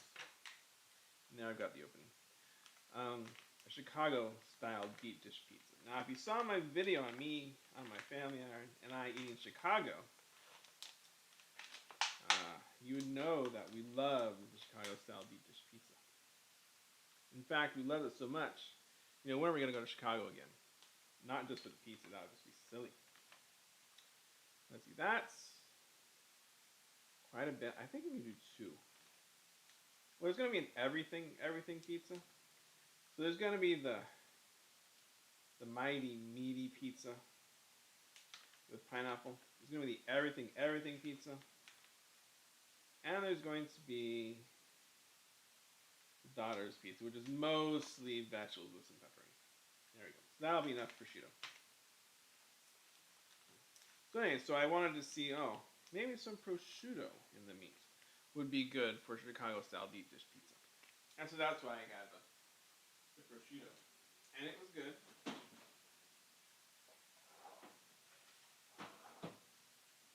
I mean, it wasn't like phenomenal. But I will say, we fell in love with Chicago deep dish pizza. And I found recipes for it online. I looked at a whole bunch of recipes. And the first time I made it at home, a couple months back, we were really impressed. It tasted, I mean, it wasn't as good. I'll be honest, it was not as good as what you got in Chicago. You cannot quite get that Chicago deep dish at home. Maybe you can. I didn't find a way to do it yet. Wasn't as good as Chicago, but it was still really good. Oh, we loved it. I've made it again since. Improved upon it the first time. At least I felt I did. Realized I wanted more sauce than the first time, so I learned how to. So I added more sauce to it the second time. Learned about how to do the cheese better. Learned about how to do a lot of it better after the first trial. So I did it a second time, and it was wonderful again. And I even have dough frozen from the second time, so we'll see about the third time. And probably the fourth time I make it, we'll record it. And, you know, Chicago style deep dish pizza. Well, if you've never had it, this one that I'm going to make, not today, but, you know, in my video, is absolutely worth it. Never had it. I mean, it's called pizza. And it resembles pizza.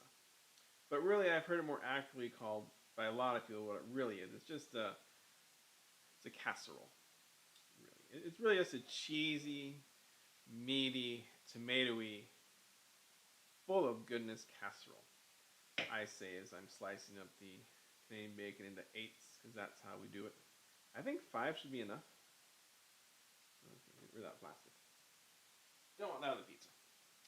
Alright, so I think I've got all the toppings ready except for one. The most controversial pizza topping there is.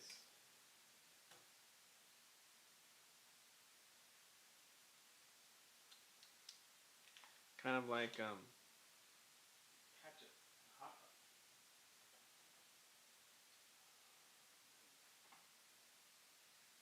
Now we like to go with the crushed pineapple right there. Crushed pineapple. That's the good stuff. That's the stuff we like to go with. Crushed pineapple. Yummy, yummy. Now I go on the pizza. Okay, so now I got all the toppings ready. Now it might not be fully correct on these toppings. There might be something else I need to do. Clear some workspace. Knife, I'll leave it out because I might need some more. Leave these things out because I might need some more. Right? I will need this to pound it. Put this one back. I don't think I'll need any more tomatoes.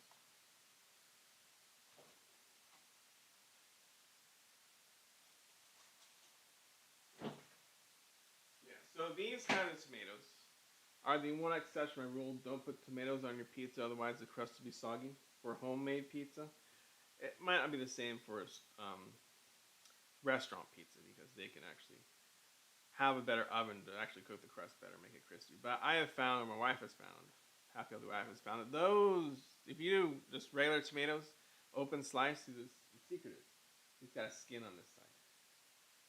Skin right there. So all the juice are going to stay inside the tomato. It's not going to come out. Anyway, alright, so let's get the pizza out. And another wonderful thing Happy Healthy Wife got for me. Let's see.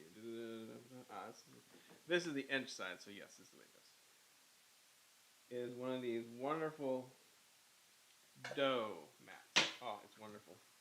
So now I can see exactly how big my 12-inch ring should be.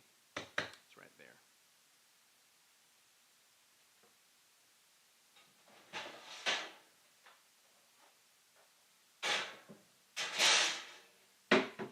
Get out the pans. So I do not have circular pans. This is not a circular pan. Absolutely not. No circular pans here. I could buy some, but it's not that important. Let's take out the dough. Stir the sauce.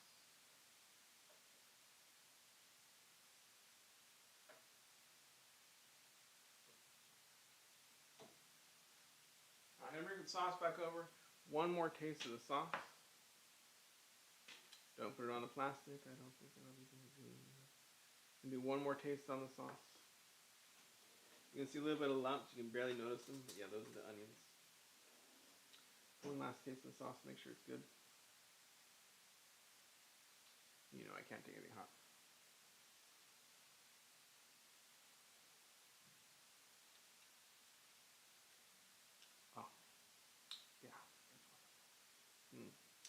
That's going to taste very good on our pizza.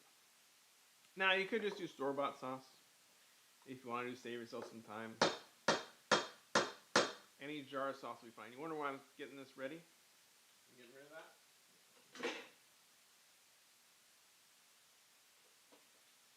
Because in real pizza restaurants, use one of these to put your sauce on the dough. And they're going to use that later. Oh, wow. So take a look at the dough now. You can see it's pretty much filled the bowl. Beautifully filled the bowl. Yeah, so basically what would happen was, in our restaurant, there wouldn't be bowls. And they wouldn't be this large. This would be like an extra large pizza. And it wouldn't still be puffed either. Look at that beautiful puffiness. Put that aside. What we do is just put it right in the flour. Boom, right in the flour. Boom, right in the flour. Top and bottom. And then just roll it out. What I need to do though, I do need to do flour, but liberally flour, yes, liberally flour. I can feel this dough is nice and soft and supple. Glad I added the water at the end. A little too firm. If the dough is too firm, it's not going to roll out very easily. But what I need to do, I need to break it in half first. Because we're doing 2 pizzas. Now what you could do is after you've risen the dough like this, if you want to make 1 pizza, not medium sized, then you could take the other dough and freeze it. Freeze that dough. Yes, you could. And after you've frozen it, let me get this one. Okay. Boom. So let's see. I gotta see. So this right now is a nice. Once you've frozen it. Oh, by the way, I forgot. Now that I'm gonna get the dough out, I gotta put that oven to 500. Be right back.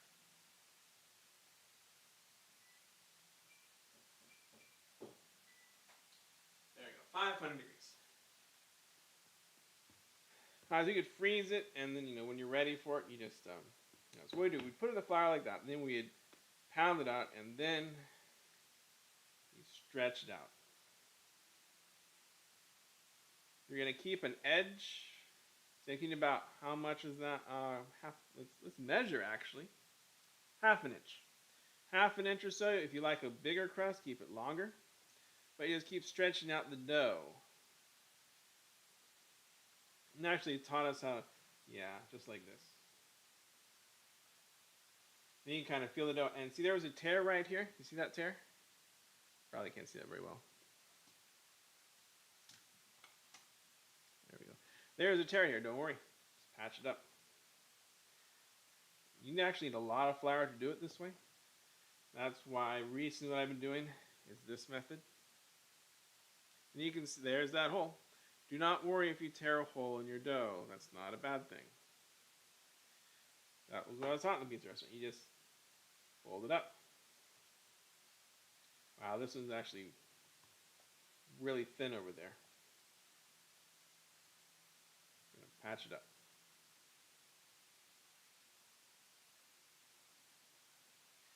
So I am not doing a very good job on this one, I'll tell you that right now. Certainly not the pizza quality restaurant I used to do. But the other way, the reason why I do this is because see the dough itself kind of stretches itself out. You can kind of see how thin it's going. I don't know if you can see through it as well. I can see through it on my side. No, you can't see through it. But because the light is behind in front of me, I can see through it. Let's see, how big is this? This is not yet 12 inches. Nope.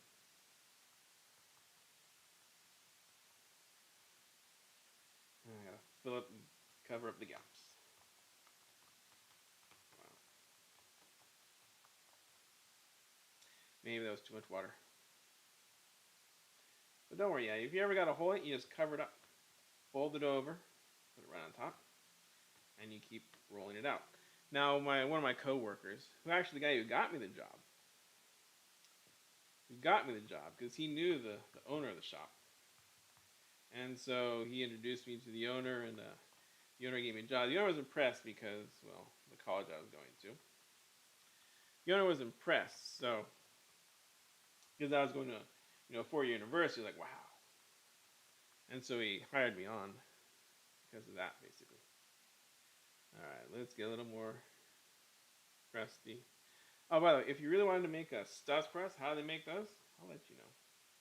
It's not that hard. Once you put your pizza dough out, but this is a very bad version. I'm doing a terrible job today. Maybe the other one will go better. Learn from my mistakes at number one, right? I think it's still good. It's thicker here. Work the dough. Thicker there. Work the dough. What you do is you'd roll the dough out and you'd fold over whatever you're gonna put in it, like cheese or whatever. You'd fold it over. That's how you do the stuffed crust. So if you ever wondered how pizza did stuffed crust, I think they invented it. That's what they do. Personally, I'm not a big fan of stuffed crust pizza. Personally, I'm a fan of the crust. I think some of this has a nice crust on the edge. Let's see. 12, 12, 12. Okay. Some of it's going to have a nice crust at the edge. And a nice rolled out crust. Okay. I need the second ring. I got it. Oof. Oof. Way too many. Folds in the dough.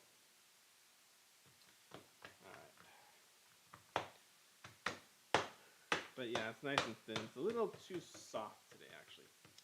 Too much water, but that's okay. It's still going to be good.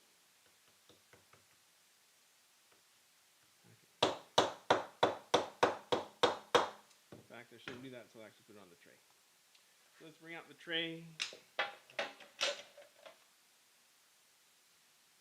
Fold the pizza over, fold it back over. There we go.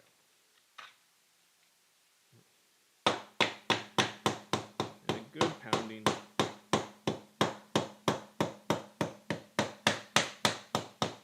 Honestly, recently I haven't been doing the pounding before. And my recent pizzas haven't pounded the dough like this. Hasn't made much of a difference.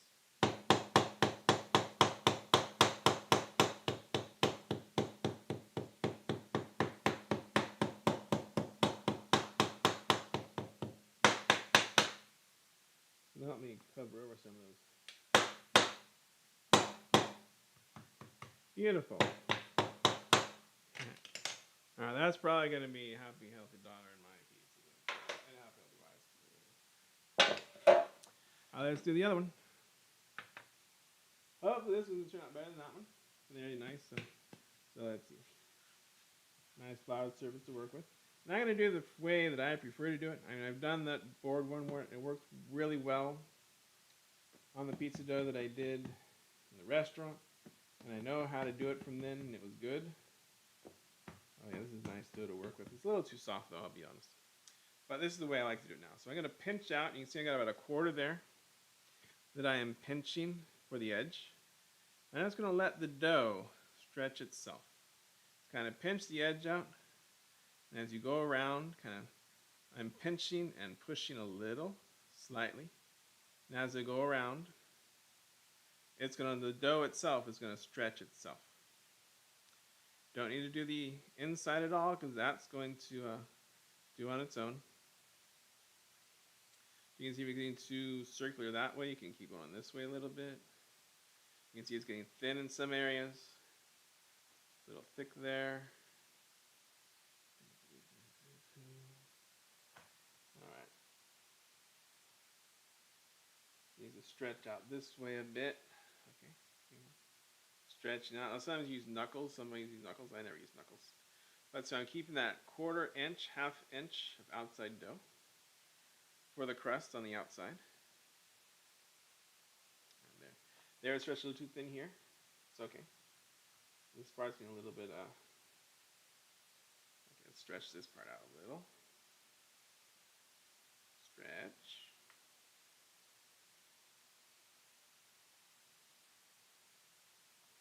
Stretch the dough. Stretch the dough. This is getting oblong. Not working out what I'd liked. An oblong pizza, yeah. So anyway, the coworker that introduced the place had trouble making the pizzas nice and round or beautiful. Kind of like what I have here, I'm out of practice on doing this version. Now you can see why I do the small ones all the time. You can hide the imperfections easier. Yeah, so he had trouble making them beautiful. That's okay. This will be more of a Detroit style. But yeah, he was a great guy. Well, he is a great guy. Just haven't seen him in ages. One of the few high school friends that I kept in touch with after college. Haven't seen him in a long time. Wonder if he ever got married. Alright, so yeah, don't worry if you're pathetic, like me in this case. That's pretty pathetic pizza dough again.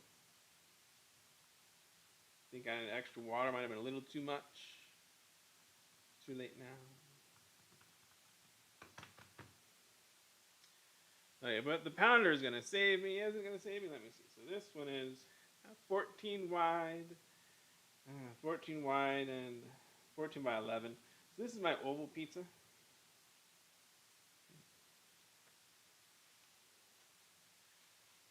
Oh, you'll notice that parchment paper is actually great. If you don't have a tray like this with this wonderful black background, I would suggest getting parchment paper and using that, not flour. Parchment paper is wonderful.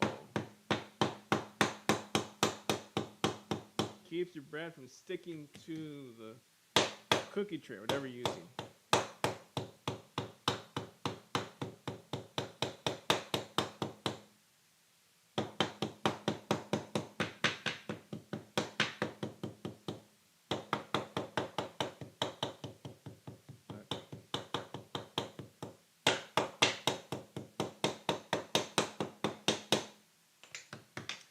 All right, beautiful. I know I made them for 12 inches each. The dough is supposed to be 12 inches. That's okay. So now what we're gonna do is we're gonna put them in the oven for about 4 minutes to bake them up a little. Baking it up makes it a little crisper, and it makes it so that you don't have to have a extremely hot oven to keep your pie crust. Oh, it's only 3. All right. Well, I was gonna put them in. Why did I bring them back? You wonder? Well, let me tell you why. The oven's only at 315. And don't you dare ever put anything in the oven. At least not my ovens. When the temperature hasn't reached yet. Oh, another weird thing about this surface, if you keep everything on the surface, look at this, watch this. All this extra flour, anything that's extra on the surface, comes right up, folds right up, and where can I take it?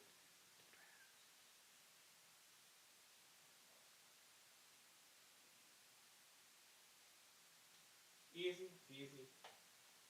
Lemon squeezy. Now my surface isn't floured at all. Wonderful. Excellent. Marvelous. So at least in my ovens, you do not want to put anything in there. Oh, excuse me for a moment.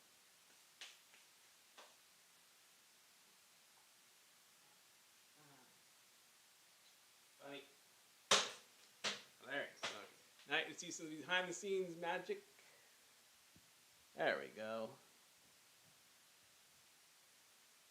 It'll probably last long enough. Actually, a little more.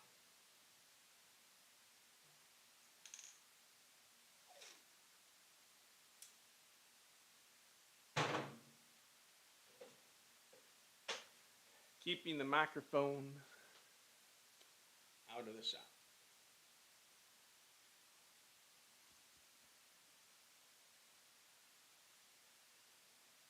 There we go.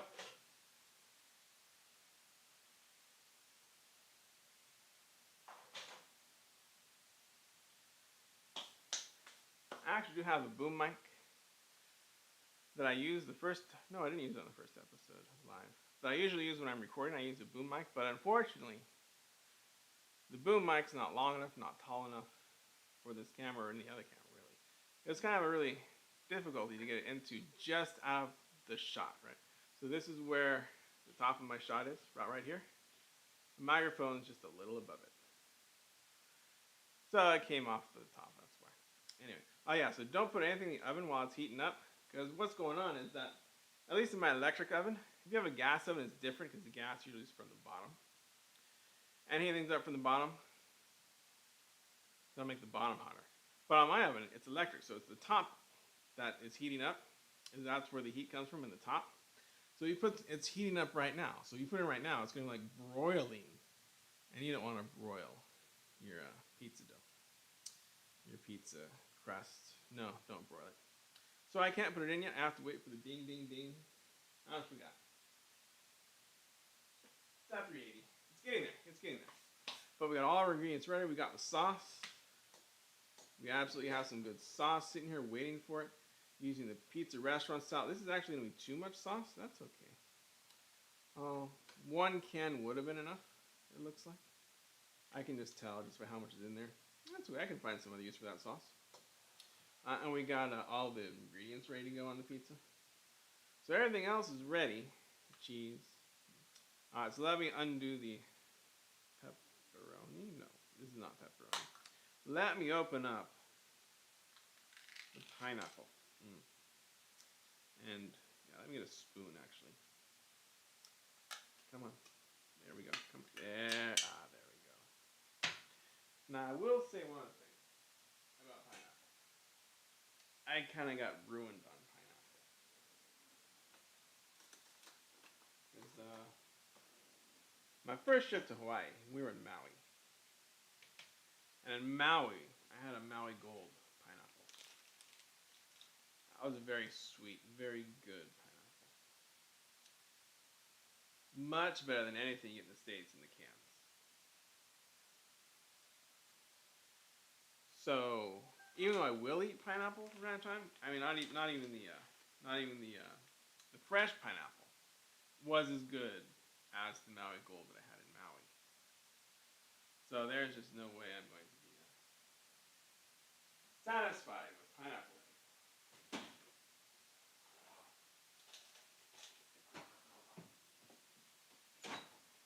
That's for Chicago deep dish style pizza. Yeah.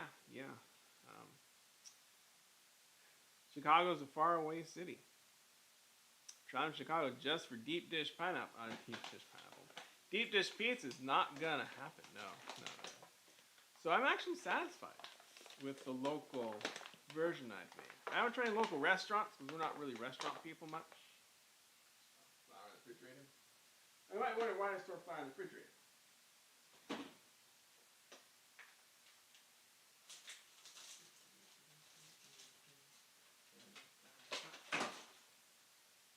Gotcha. And you can go here. Perfect.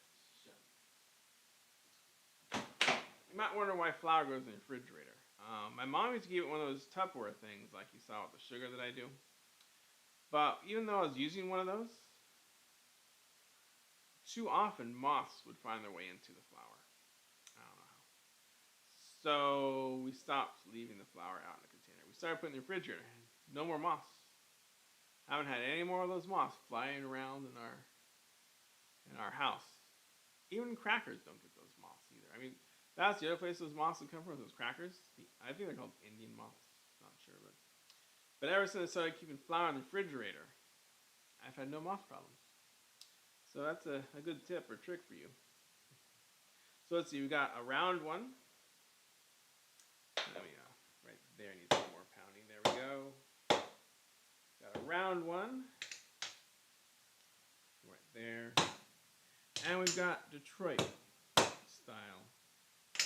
Kind of, sort of. Didn't mean to be Detroit style, but just how the dough ball was formed. So what happened was the dough ball was already oblong, so using my technique, it's just gonna it keeps the same shape of whatever you start with. And since it was already an oval shape to start with, it just made an oval pizza. That's okay though. We're gonna cut it right here down the middle.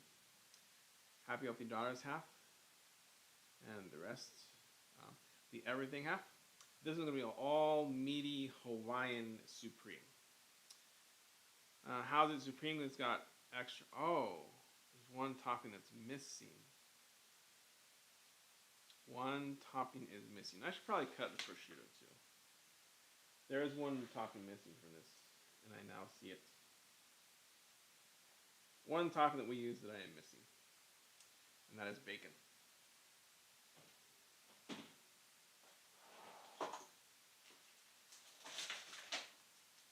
Let me just pull out how I do my bacon. This is my favorite way to do bacon.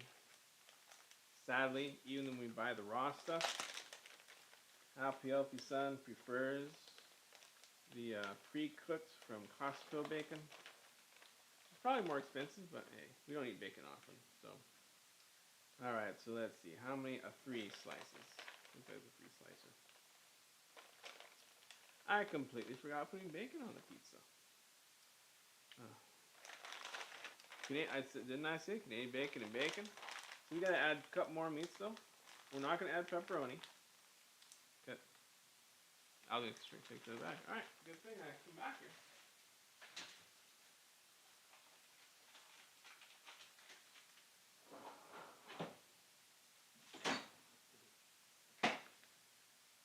Pepperoni doesn't belong on the extra special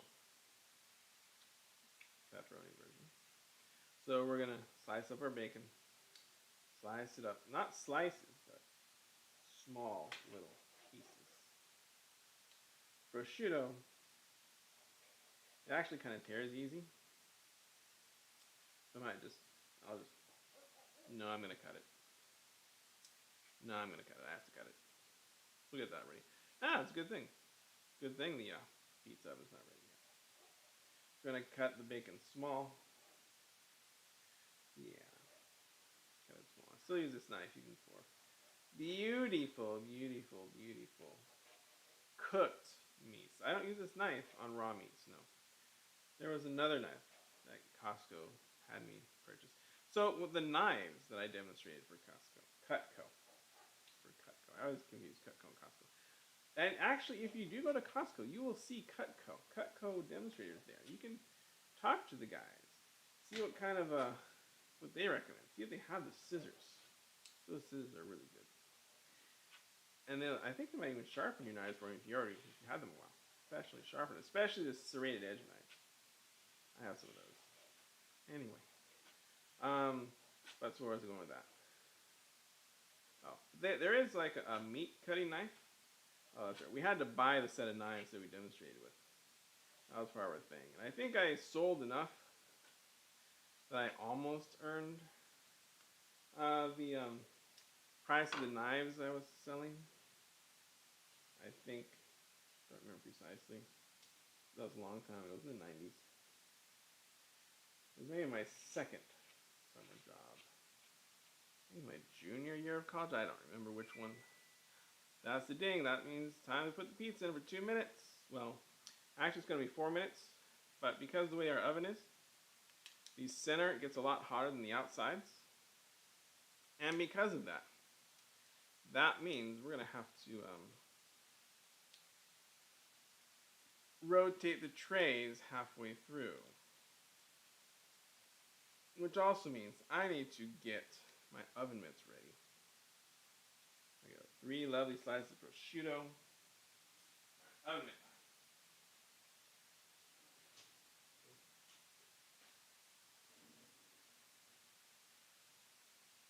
Alright. So it's probably going to be 4 minutes total in the oven.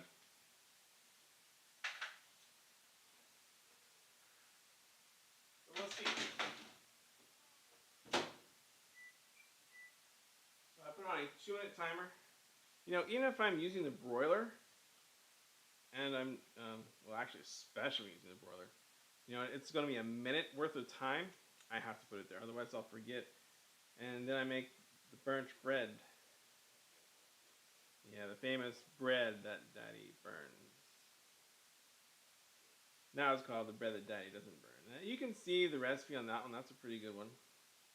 It uses just regular store-bought bread to make garlic bread. And it's called the bread that Daddy won't burn because Daddy has burnt it way too much. And so now Daddy makes sure to always set a 1-minute timer because that's how long it takes to cook. So I'll just put it in, I'll forget about it, I'll work on something else like cutting the meat here. And then then I smell like, oh, I forgot the bread. But you know, kids finally like the other garlic bread, the Costco. I have a Costco loaf one too. The kids finally like the Costco loaf one better. Costco loaf bread that I make. So that's the one that I do now. So I don't have any more bread that Daddy won't burn. Because that bread doesn't burn. It takes 8 minutes to cook. But it's really good garlic bread. It's really good. It is absolutely fabulous garlic bread. And I'm still tinkering with exactly how to do the garlic bread too. You know, recently what I've been doing is I've been putting garlic powder in the softened butter, not fully melted butter. Softened butter, putting the Parmesan cheese on the bread first, and then coating it with the butter.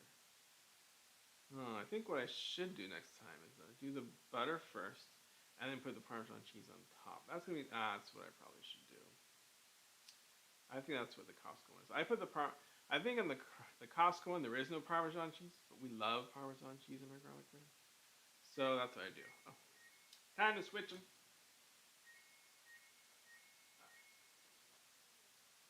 Okay.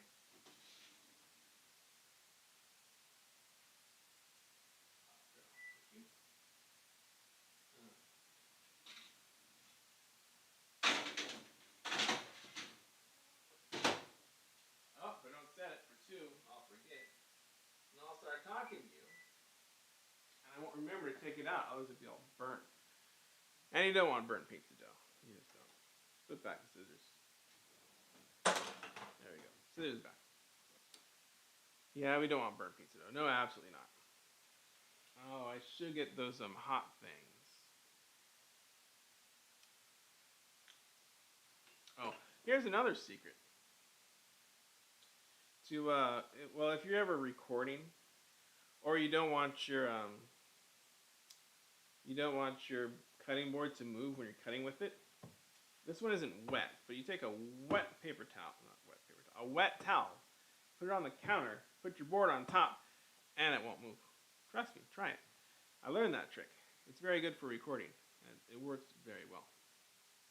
It's the one that I use. It's what I do. So yeah, now we're just waiting for the other 2 minutes, and we'll take a look. I'll see how crispy, crunchy the bread is. The pizza dough. That's the important thing. Make sure that pizza dough is nice, crispy, crunchy. A little bit at least, so that I can put the sauce on it and the other ingredients. And then it won't get very soggy. That's actually the reason why I pre-cook the dough. That's the real main reason why. Yeah, you're gonna get to see, and actually you could have already seen it because I do have 3 videos on my channel of how to cook a pizza.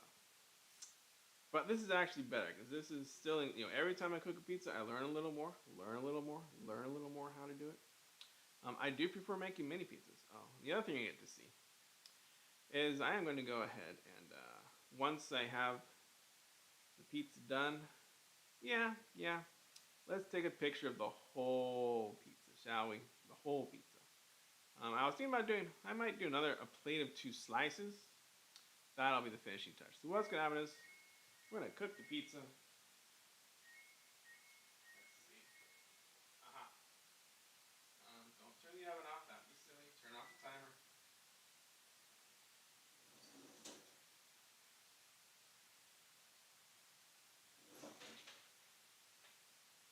Okay. So you can see the pizza. I'll show you this one close up. You can see a little bit of browning right here. See a little bit of brown. It's a little hot. It's nice and hot. And a little bit, not much, but just a little bit,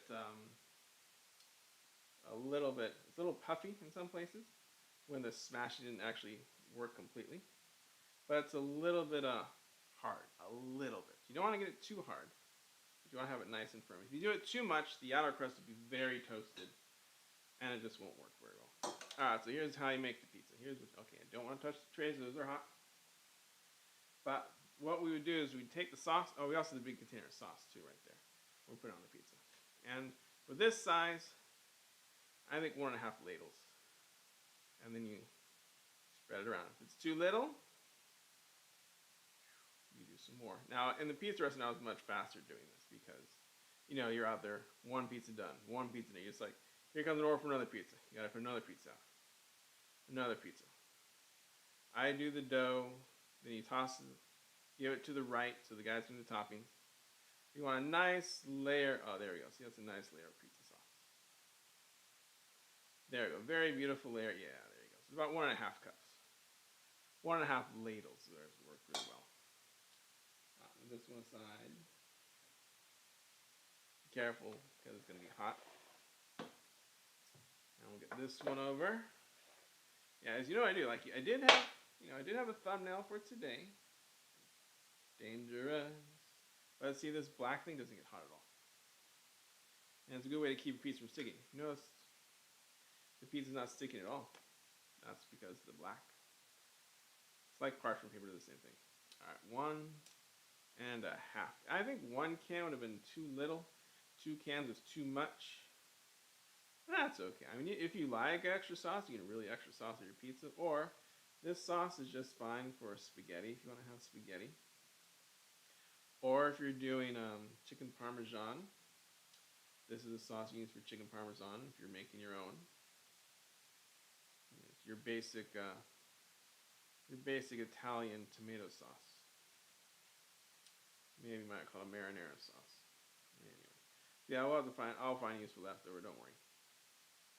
Actually, gives me a good chance. Well, we'll talk about that once we're done with the pizzas, because this is going to take some time. Alright, so this is going to be, let's do Happy Healthy Daughter pizza first. No reason why it's hers first. Now, if I have extra cheese left, we're just going to put it back. Now, you can see, if you think about cheese that you buy in the store pre-grated, you can see why they don't just grate cheese without putting it in coatings. Look at how sticky that is. That is really sticky cheese. It's going to melt better. So this is why if you ever hear Guy Fieri talk about cheese on pizza or any cheese you're going to melt, don't buy the pre-shredded stuff. But you can see what happens with this. It just all sticks together because it doesn't have the starch to keep it from sticking. Perfectly fine. We had some cheese. It was mozzarella. It was a big bin. Now, one thing they taught us about when we made a pizza, make sure you sauce to the edge was one thing. Another thing was, make sure there's no sauce showing through your cheese. At least that was the pizza restaurant I was working at. And it was a different kind of cheese. It was like a crumbled cheese. Think of the crumbled feta you might have. That's the kind of mozzarella it was. It's like a crumbled mozzarella. It's really good to work with. A lot easier than this one. Yeah, but this is still very tasty mozzarella. Nice crumbly mozzarella.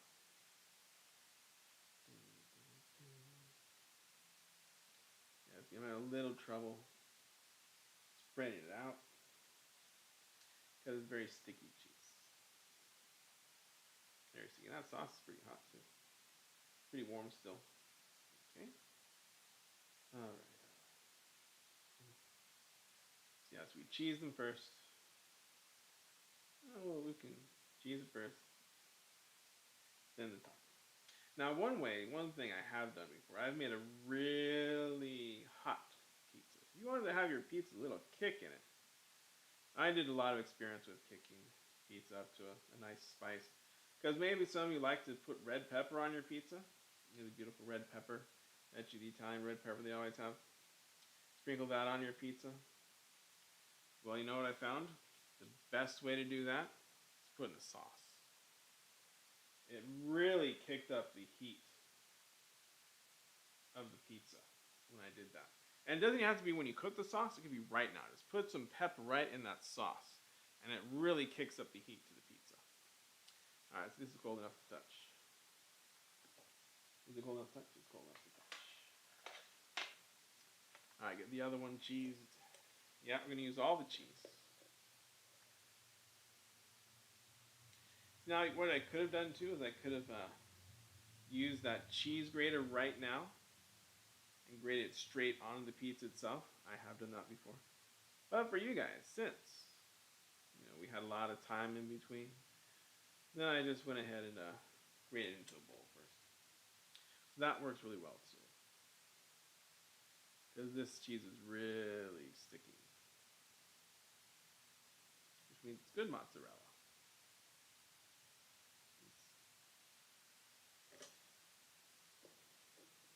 My daughter's, well, one of her favorite parts of the pizza is the cheese. One of her favorite foods in the world is cheese. Any kind of, not any kind of cheese, but any, not blue cheese necessarily, but anytime you got cheese, she is happy. Ooh, let me see. So let me see. Okay, so one reason why the pizza's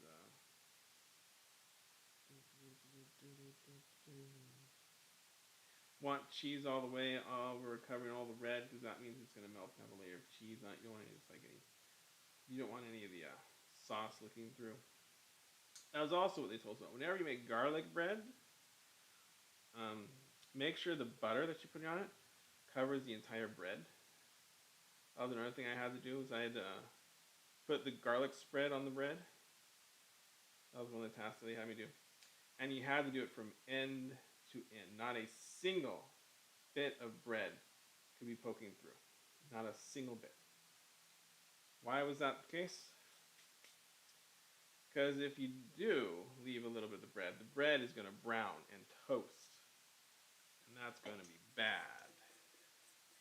You don't want to have the bread toasting because it's going to toast and blacken while the cheese in the garlic spread has not yet browned. That's why you have to make sure to put it all the way over all of the bread.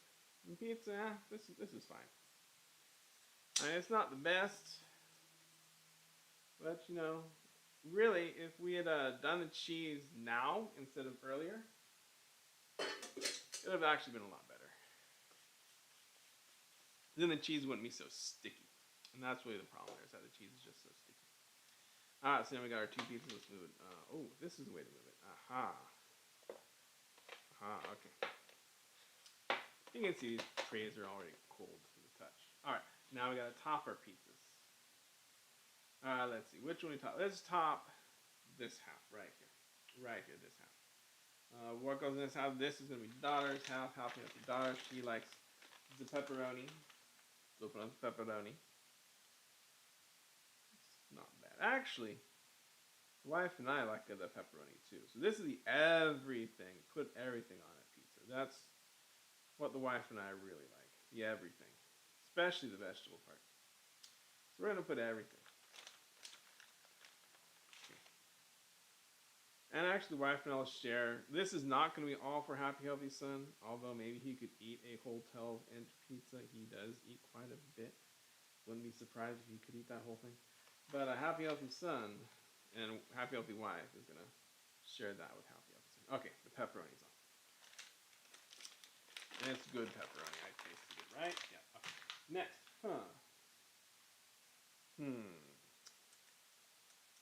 She likes prosciutto. I'll be sneaky and put some prosciutto on. Probably not watching. Maybe I'll just do it on half. How's that? Half of her specialty pizza. We'll use some prosciutto.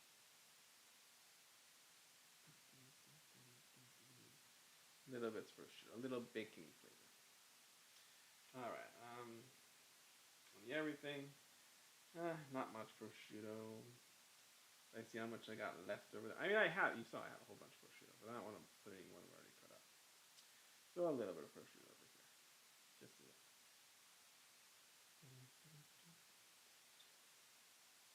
Let's see, I'll have to do 3 slices for the thumbnail. Okay, just a little prosciutto. Yes, you're not every bite, but enough for flavor. Okay, that looks good. The other thing, let's see. So now, the way the pizza topping. Now, the other thing important is the order of pizza toppings, because the order you do them in actually makes a difference. Believe it or not, the order you put them in on makes a difference. So, I do have spinach. So what goes on top will be the tomatoes. The mushrooms are usually a good next one, because it's better to have the onion and the bell pepper. Better to have those. Oh, by the way, onions cannot touch my son's food. He hates mushrooms. loaded. Yeah, we're gonna load all the mushrooms. But mushrooms are a great next layer. Oh, this one though. This one needs everything. This is the everything. This also needs some Canadian bacon. Yes, it does. Canadian bacon. I told you this is the everything. This is the adult supreme. This is the wonderful. Every bit has flavor pizza. Okay. And also the other meat. The chicken. Yes, let's put in the chicken. Oh, the flavors on this pizza. Ooh, my mouth is watering just tasting it. Even though I had a big breakfast. It's another recipe we're working on, by the way, for the channel. A really great recipe we found. Actually, Happy Healthy Daughter found it. And I did it again today. She did it the first time. But it takes some planning. It's going to take some while. I'm going to at least one more time to do it. Maybe 2 more times before it's ready for videoing. Is bacon. Cinnamon rolls. Oh my gosh. Daughter found a great cinnamon recipe. The icing is fantastic. The cinnamon bread is not flaky. It's nice and soft and mushy and gooey. It is majorly good. So I'll be looking forward to that. That's going to be coming up. But that's probably going to take a while. So I'll have to perfect it before I can do it. So this is the only pizza that's going to have mushroom on it, so I can use up all those mushrooms over there. All those mushrooms going on top. Because mushrooms shrink when you cook them. They do add a good flavor to your pizza. I got as much load on the daughter half because she loves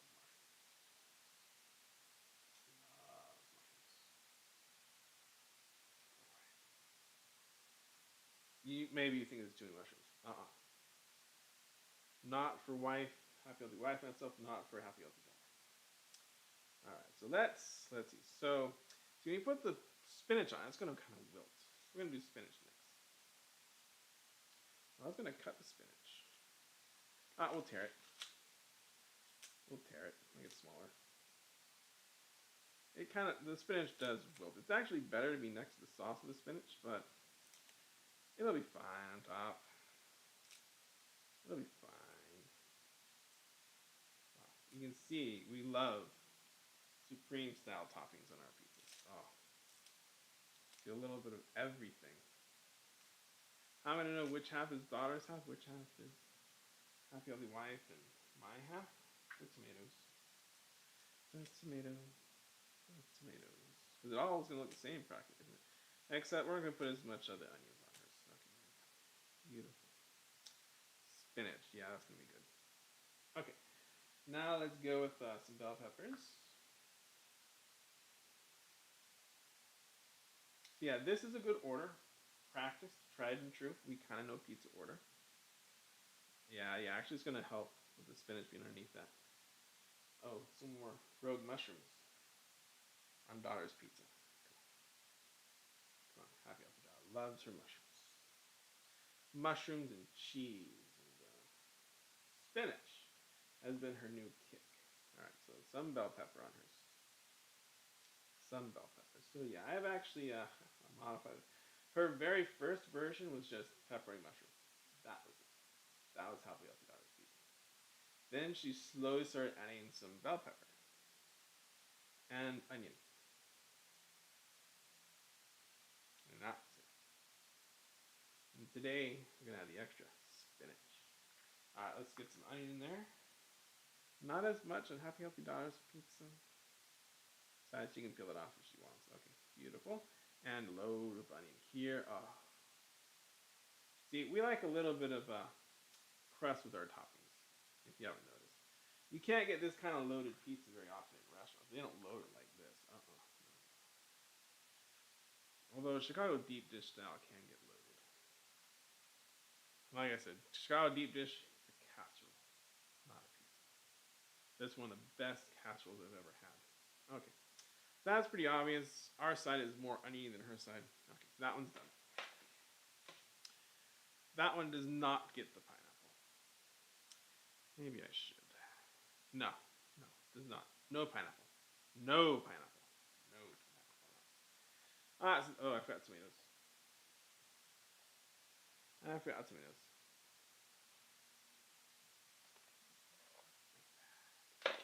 Tomatoes. This is like I said, how we're gonna know whose this is.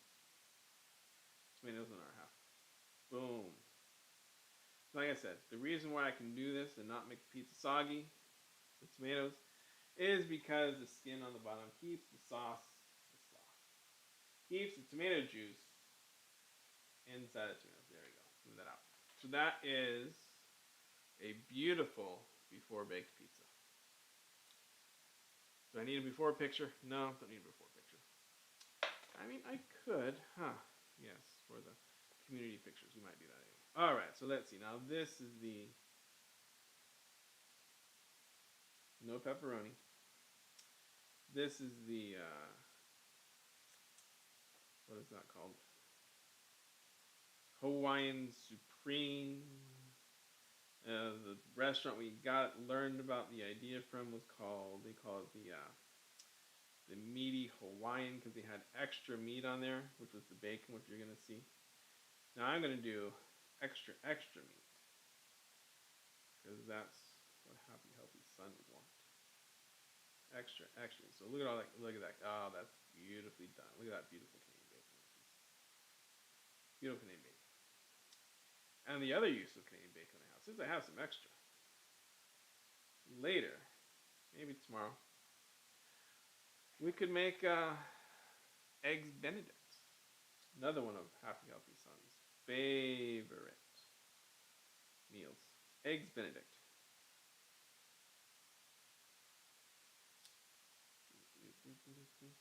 Alright, come on, I gotta break it apart. Break it up. There we go.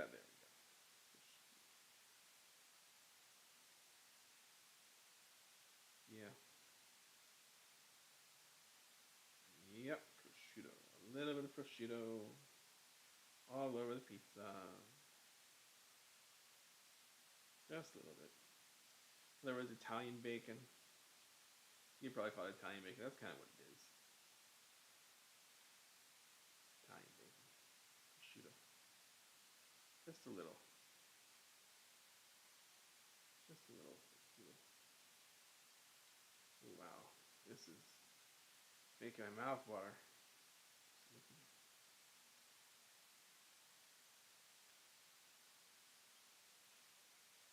Yeah, so if you don't have if you are gonna do, what is that called? Eggs Benedict. You know, maybe you can do a better job than me. I have never been able to make a good hollandaise sauce. Never been able to make a better one than you just buy a package in the store of hollandaise sauce. Nora's hollandaise sauce. It's wonderful. It's wonderful. It's excellent. I've never been able to make it better than that. So we got Canadian bacon. Let's get the rotisserie chicken on the pizza. Yes, yum. Oh, yes, sign me up. By the way, buy the Costco rotisserie chicken, not the breast that's sitting in the bag with all the liquid. Ugh, it's good. It's good chicken breast. I'm not gonna say it's bad, but even cheaper is just buy the rotisserie chicken and just cut it up and use the meat. Oh, it just elevates the flavor of whatever you're cooking with chicken. It just elevates it. And then let's put on bacon. The American bacon. So we have Italian bacon, we've got Canadian bacon, and we've got bacon. It's the Bacon Supreme pizza. How's that? The Baconator. 3 kinds of bacon. Italian bacon, American bacon, and Canadian bacon. And cannot forget the reason my son loves this pizza. That's not gonna work. It's gonna be hands. I was gonna do that with the spoon, but it's just not gonna work. Crushed pineapple cannot do with a spoon. It's not gonna come out very well. A load of crushed. Oh, this is definite. If you want to Canadian style pizza. Oh, by the way, another advantage of doing this at home. You know how much extra they charge for all these extra toppings at those pizza places? Oh my god. What, you want to add? You want to have 4 toppings? You want to have 5 toppings on your pizza? All right, we're gonna charge you this much more. Nothing. No. I mean, all those extra toppings on the pizza just jacks the price up. So make it at home. By the way, if you don't want to make your own pizza dough, that's fine. You know another way? You don't need to make your own pizza sauce. That's right. Did I do one of those? Yeah, I think I absolutely did do one of those. There's two hacks that I have. There is the one of them is buy frozen pizza, frozen cheese, frozen pepper, frozen whatever pizza. And before we pop in the oven, whatever direction they have, add your own favorite toppings. Seriously, it works. That's like the lowest man on the totem pole. The second option, which is much better,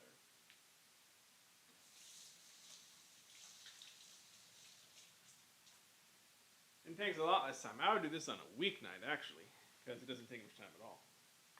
Is use non bread from Costco or use like small round bread. Non bread is perfect. Buy a bottle of sauce on the pizza, put the cheese, put the toppings in the oven, 500 degrees, 10 to 12 minutes.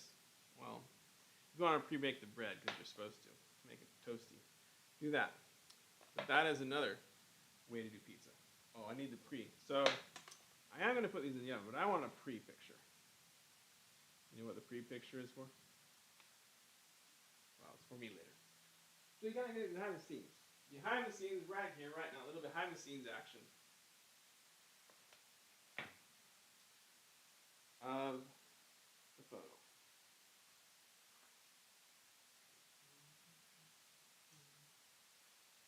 I've had this camera forever.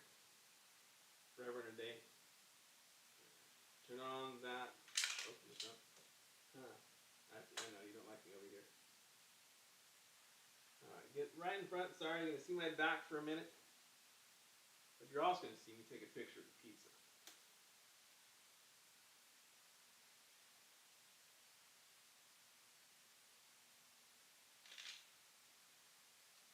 Okay, all good. Pre-bake. That's for both. There you go, and that's right there. Picture of the pizza. Whoops. There we go. There you go. Now you can see the picture of the pizza. Well, kind of, sort of. All right. Now we bake.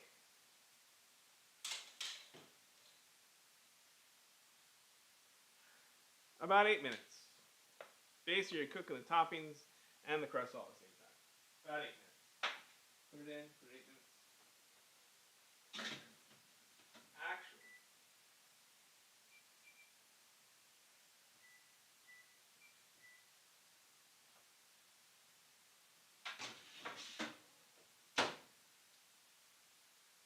so what I actually did, you couldn't see it. What I actually did is I did 5 minutes. I wish that was a touchscreen, but oh well. What I actually did was I did 5 minutes on each side. 5 minutes per side. Well, 5 minutes per side. So what I'm going to do, I put it on 5 minutes, going to check it, and if it needs to, I'm going to swap the pizzas so that, because the inside crust is probably, the one that's inside the oven is going to probably get done faster. So I'm going to switch that up. Oh man, tomatoes and a little bit of leftovers. This is good though. I can show you how to deal with leftovers while we're waiting for the pizza to bake. So I'm going to show you the very best. Where did I get this from? This idea from, let me tell you where I got this idea from. But I'm going to give him credit because he is the one who knows what he's doing. Well, he's one of the ones who knows what he's doing. And beautiful. Let me let you know an awesome secret for packing food. Leftovers. These are called delis. At least that's what I have learned in the restaurants. They are called delis. These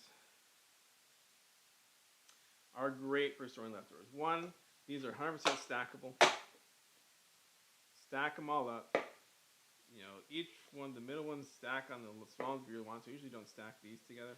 I usually do 3 separate stacks, but they're stackable perfectly. The lids for the medium size and the small size all fit the same containers. And there's even a large size.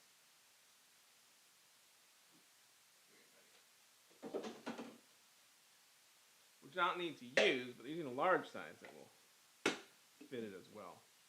So these are probably the best investment. If you don't have anything storage containers yet, this is what you want. It's the best. I mean, if I didn't have all the others, I'd probably throw them out. If I didn't have all the others, I would start with these completely. If I didn't have the other containers, these are the ones I would start with. So let me see. This is going to probably fit in the small, medium. No, it'll fit in the small. Save storage space when you want to store them.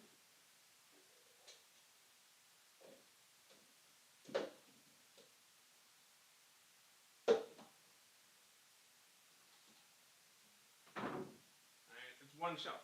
The whole batch of what are those things called? The whole batch that I have of storage containers fits on one shelf, one cupboard. One cupboard is all you need. Fit them all in. Here you go, the wonderful marinara sauce that I can use later. I put it on our pizza. And it's a matter of how much do I want? How much am I going to fill this up? Okay. I'm going to fill this up. There we go. That's full. Yeah, I pretty much cleaned it out. Now, if I really wanted to, I'd take a, what are they called? Spatula and really do it. But already this is going to kind of fill the whole thing up anyway. There we go. Beautiful. Done. You could write on it if you wanted to in a pen or use tape on it. It'll work beautifully. Put that away. So that one's good. Let's see. You know, it's not going to stay like this very well. Now, we can't let it sit in here forever, the refrigerator forever, because it just won't be good, as I know, because it's pineapple. But we can let it in there. And the tomatoes.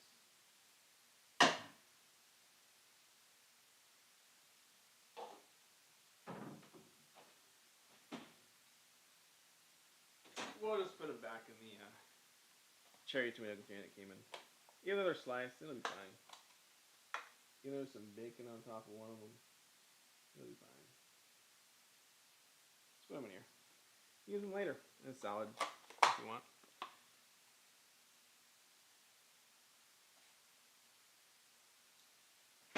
Another thing, if you have all that extra time as you're waiting for the pizza to arrive, you could also make a salad. You might remember last time I made a salad for dinner. You might wonder, why am I not making a salad this time? Well, there's really one reason. We already have some pre-made salads in the refrigerator. And we have a lot of extra food in the refrigerator. So, we're just not going to make salads. We have some extra stuff in the refrigerator we can use. Oh, there it is. Right. So I'm going to see if I need to flip them side to side. I probably do.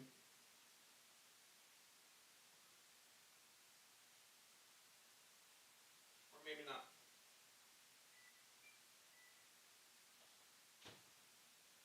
Wish I could take care of it to show you, but basically, I'll bring one out. Won't hurt the cooking time much.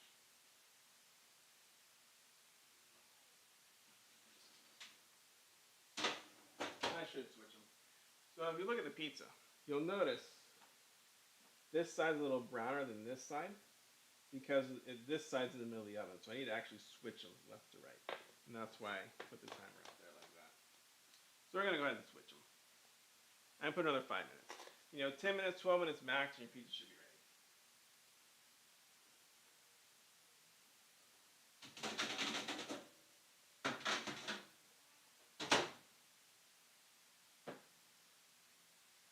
I'll let me go another 5 minutes. Start getting ready for the pizza slice. Alright, remember last time? If you were here last time, I made a beautiful, beautiful plate.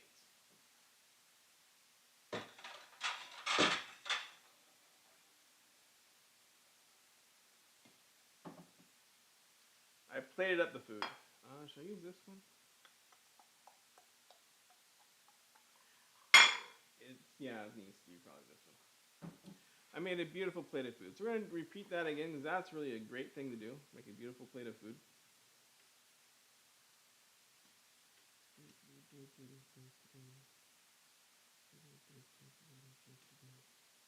We're going to make a beautiful plate of food again. You can see how that happens. This time we'll take a picture of it again. So you can see how that beautiful plate of food happens. is that is an important part of the cooking process. Is making the plate of food look beautiful. Actually, it's more important in the restaurant business, honestly. But actually, even for your kids, I'm sure they'd appreciate it and they would enjoy your food even better. Even maybe you'd enjoy your food better if you make it look nice. All right, yeah. So this, I don't need this anymore. So this is already. Okay. So I'm not gonna need that anymore. Put the pepperoni away. Put the sauce away. Not the sauce. Another 3 minutes to go.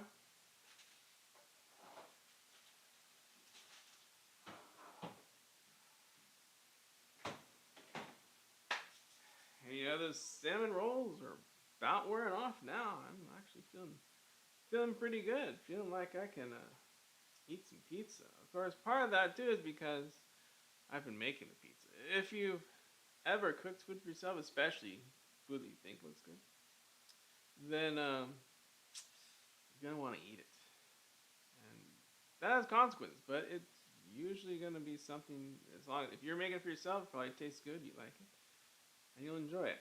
Another thing I have found is that there are certain recipes. Now I'm gonna refrain to tell you what is in the recipe. Maybe, but I don't think sweet and sour chicken is really, or sweet and sour pork is really popular. For when I was growing up in the '90s, that was one of the most popular dishes in the Chinese restaurants. All the Americans loved sweet and sour pork. I liked sweet and sour pork. It was one of I didn't like one of those Chinese restaurants because my parents always got the same things, which I felt like didn't really taste good. Didn't really like Chinese food until I had more authentic Chinese food, which I found to be a lot better than the stuff that's American. Like I don't really like Panda Express. It's not really my kind of Chinese food. Oh, what they are trying to pass off as fried rice and chow mein. There's so much better chow mein out there than that. The noodles just aren't very tender or good or tasting. But anyway, I digress. But one thing that I've learned that I was like, wow, I love that. I kind of like the sweet and sour pork. So I said, well, let's find out what's in it, huh? Let's find out. How do you make sweet and sour pork? What do you put in sweet and sour pork? I did that. And I found out. And I'm like, really? That is the ingredient that is most prominent in sweet and sour pork? Are you serious? So I tried one cookbook. I'm like, no, that can't be true. That can't be the ingredient in sweet and sour pork. That's not even Chinese. I'm not gonna tell you what it is. And so then I looked at another cookbook. This was back before stuff was online. So I went to Barnes and Noble and just sat down and looked through cookbooks, wrote down recipes. Great times. I just wrote down some of the recipes I liked the looks of, and I would make them at home, and I would modify them that way. Wouldn't buy the books, I'm a cheapskate. But I looked at sweet and sour pork, and I'm like, really? It's American. So I looked at another one. And I'm like, oh, it's like the same thing. Why is this? And I looked through all the cookbooks I saw, not a single one of them had like a Chinese ingredient version I was looking for. It was like some American stuff inside the sauce. I'm like, ugh, really? That's what I'm eating? And so I never ate sweet and sour pork again. I can't trust. Now that I know what's in it, it's like now that I eat it, I can taste it. Like, yeah, that is what it is, and I certainly do not like it.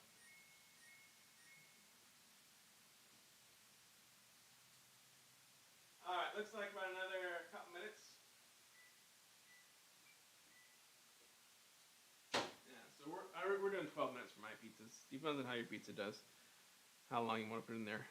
Probably also took it out for a bit. So I mean, there's actually a few Chinese dishes that are like that, but I will tell you, you probably already know this one. The princess prawns with walnuts. It's actually really tasty. That's what I still. Even though now I know what's in it, I know what the major sauce is. It's mayonnaise. That's what they put on their princess prawns.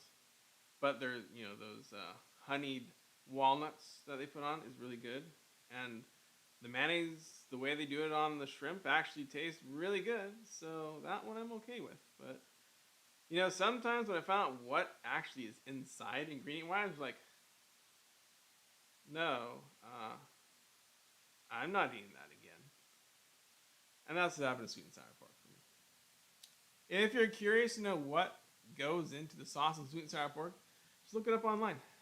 I'm sure you'll find plenty of sweet and sour pork recipes online that'll tell you exactly what's in it. You might be surprised just how American sweet and sour pork is. I don't even know if it's actually very common in restaurants anywhere. I don't really. Well, mainly because I don't even look for it. There are so many better dishes at Chinese restaurants that I really have, like the pepper pork or. Well, I make a good broccoli beef, so I can't really eat those in Chinese restaurants anymore. The real good secret to a good broccoli beef is oyster sauce. It's actually also really good on Chinese broccoli. Oyster sauce. It's actually really good in a lot of dishes. Mushu roe. That was a dish that I still like, but I don't get very much. But there are lots of really good noodle dishes that I'll eat. Dumplings can be really good too. And those are the things that you learn what's in there. Like, oh, yeah, okay, yeah, it's pretty good still. I know what's in it, and it does taste good. So yeah, certain Chinese restaurants. The one dish that I learned, two dishes I learned from in China that are really good that I like. All right, looks like we're done here. The crust. Crust looks nice and brown. Vegetables nice and cooked. All right, looks like we're done here. Kind of. Wow, there it is. This is my heat pad to keep the counter from getting scorched with the hot pizza pans. Anyway, so yeah, some of the dishes a dish that I really learned from, and there are lots of dishes in China you won't get in America. But I can share with you two dishes that I had in China.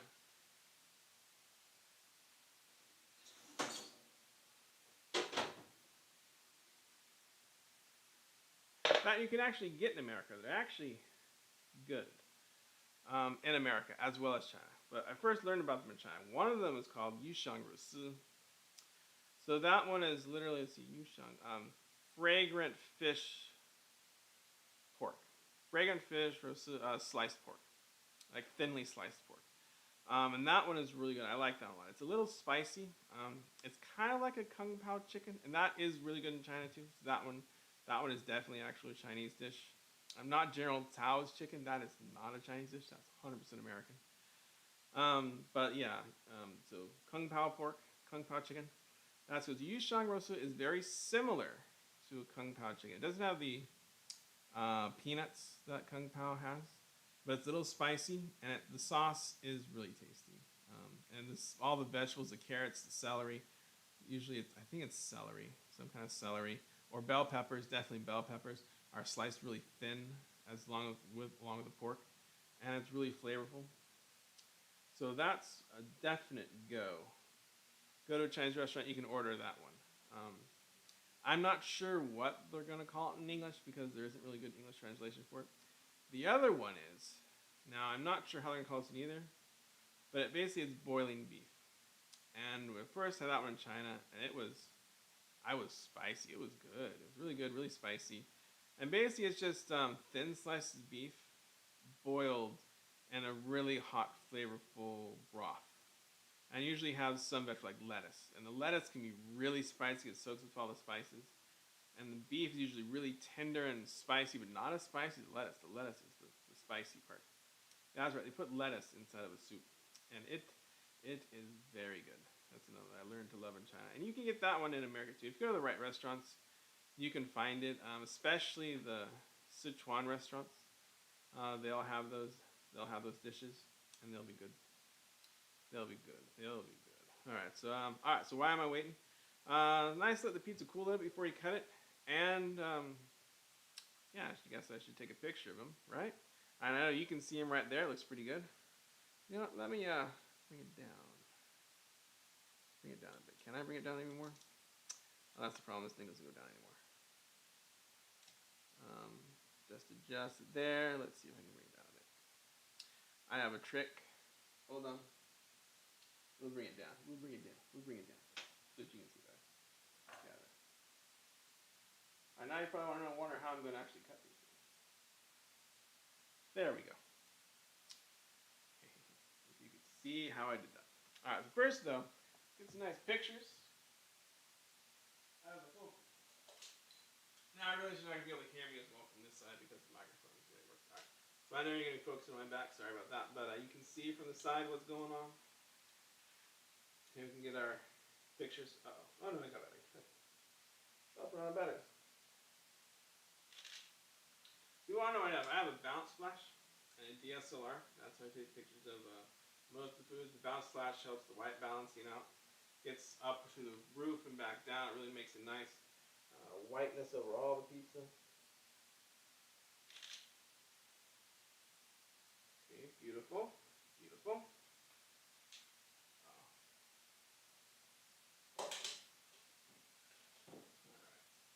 So now what to cut? No, you do not cut these in the trays. Do not cut these pizza in these trays. You're going to scratch up these trays. Phenomenal. Do not. Is it in here? No. So I need my special, well, you can use any cutting board really.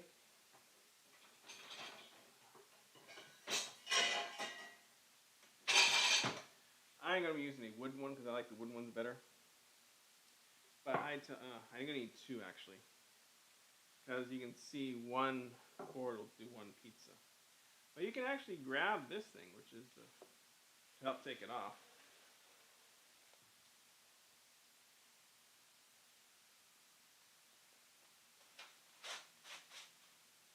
One of them. Yeah, so I say, do not you dare cut your pizza inside your pizza pan. Don't you dare. Not on your good baking sheets. Do not do that. If you're at a pizza restaurant,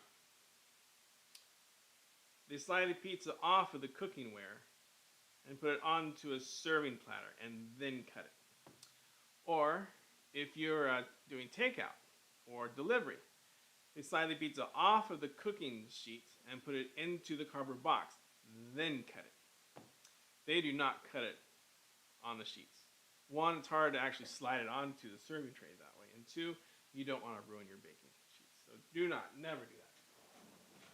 So sometimes I use this, but it's and cut through, and it would work, and it does do a good job. This knife is wonderful for that. And you might have seen restaurants have the big long blade, like right through pieces. But I'm going to show you how to use it with the pizza cutter. Here's the pizza cutter, standard pizza cutter, cheap to get online. Start in the middle. Do not cut through the crust on the edge. It's much easier to cut through the crust if you go to the edge and back. Boom, boom. Half the pizza. Just like that. Now, it depends on how many slices you want. Let's see, how many slices am I going to make? Right to the edge. If I did the personal pizzas, I would not be cutting them up. Not at all. Oh, fabulous crunchy crust. We're going 12ths. Now this is the one you just got to eyeball, the 1/3 slice. This is very common for large pizzas, the 1/3 slice. Usually the 8-inch pizzas are, you do them in 8ths. You do quarters and then quarters again. But this pizza, we're going to do it in 12ths.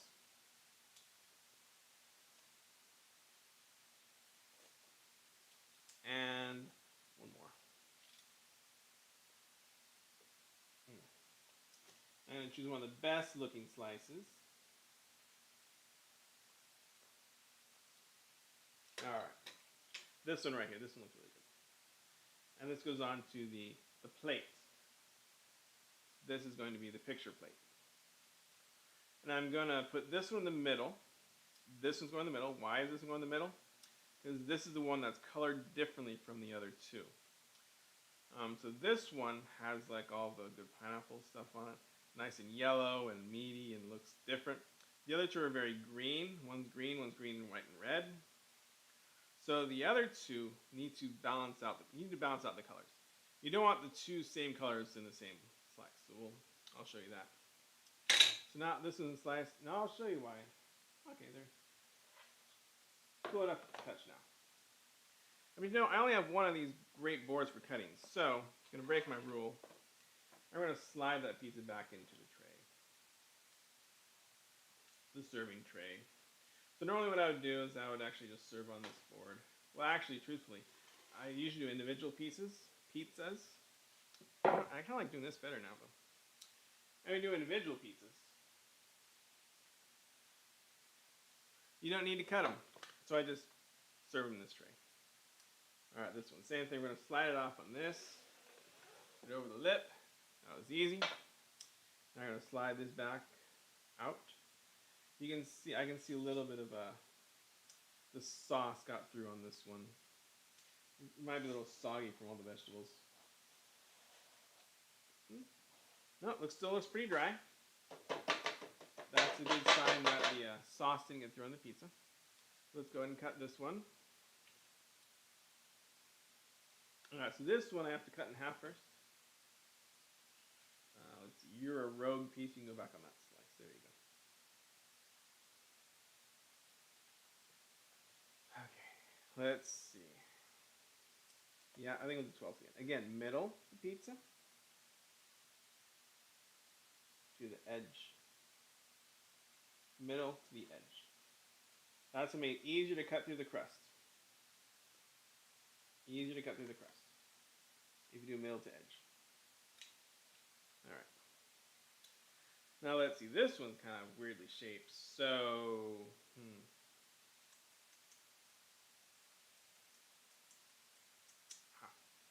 well, we're going to be a little inventive. Square pieces, Detroit style. Sorry, happy, healthy daughter. Square pieces, Detroit style. And then, these ones will be, so it's still going to be 12 pieces. Beautiful.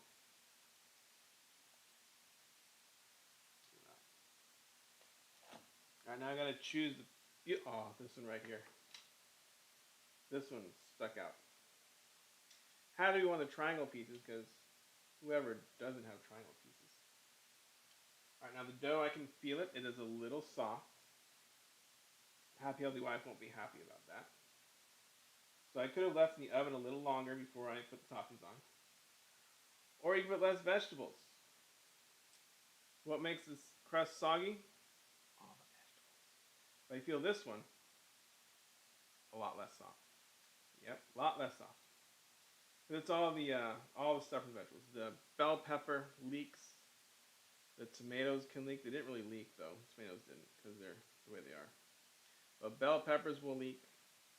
Mushrooms will leak. Lots of juice, especially the mushrooms. Mushrooms are the nightmare. Alright, so what I'm going to do, because I want beautiful pieces, we're going to cut through, make a Detroit style slice.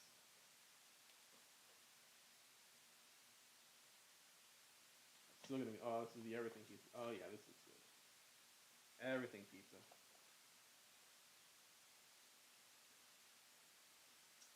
And then, cut through from the middle. Always cut from the middle to the edge. Better way to do the crust. I'm going to choose our piece for the picture. Middle of the edge. There you go. Alright, the beautiful piece for this one is right here. This one right here. Yeah, I know. She's not going to be happy. It gets soggy because of all the vegetables, especially the mushrooms. Adds extra sogginess. I can feel it. Alright. There you go. So now we have our beautiful plate. I'm going to set these on the table for eating. And yeah, I'm not going to leave you. Yeah. Our pizza is done. I got a design. So again, the reason why I did this, I wanted green color with green away from green color. Have the one in the middle be not green. There we go. So now you know that, oh, that tasted good. It was just a baked onion, but that tasted good.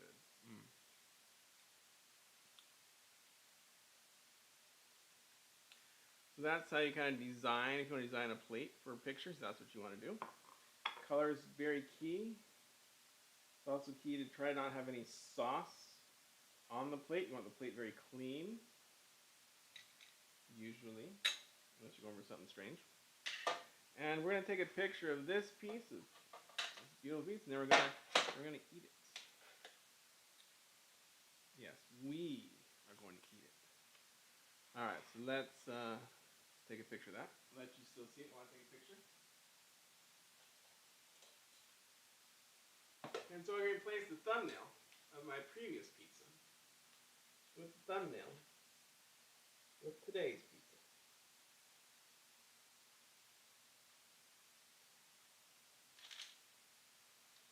You might notice the flash.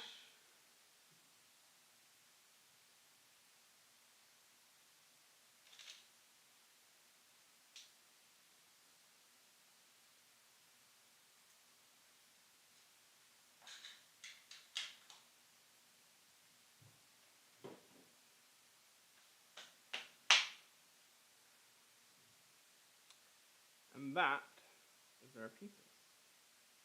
Alright, so what I'm going to do is we're going to turn off the pizza cam. I'm going to call it that. The pizza cam is off because it's now time for taste testing. Let me get the other pizza out of the way. Let me get my taste testers. See how they feel.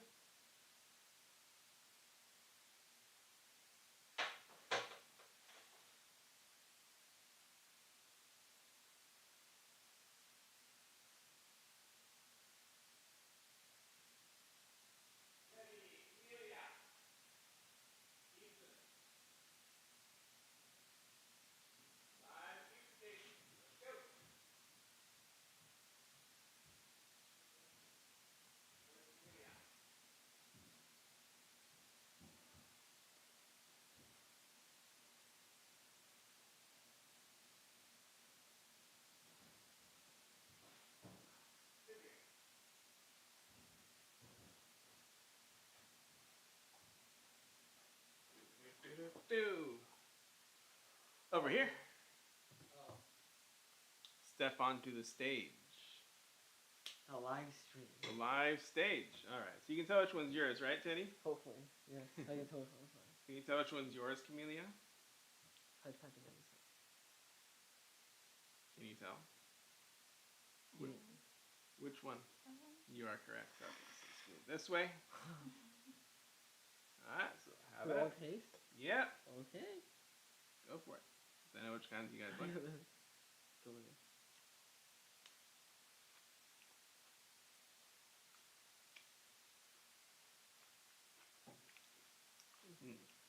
That was soft, easy to chew. Don't really taste much tomato at all. No pizza sauce. No sauce.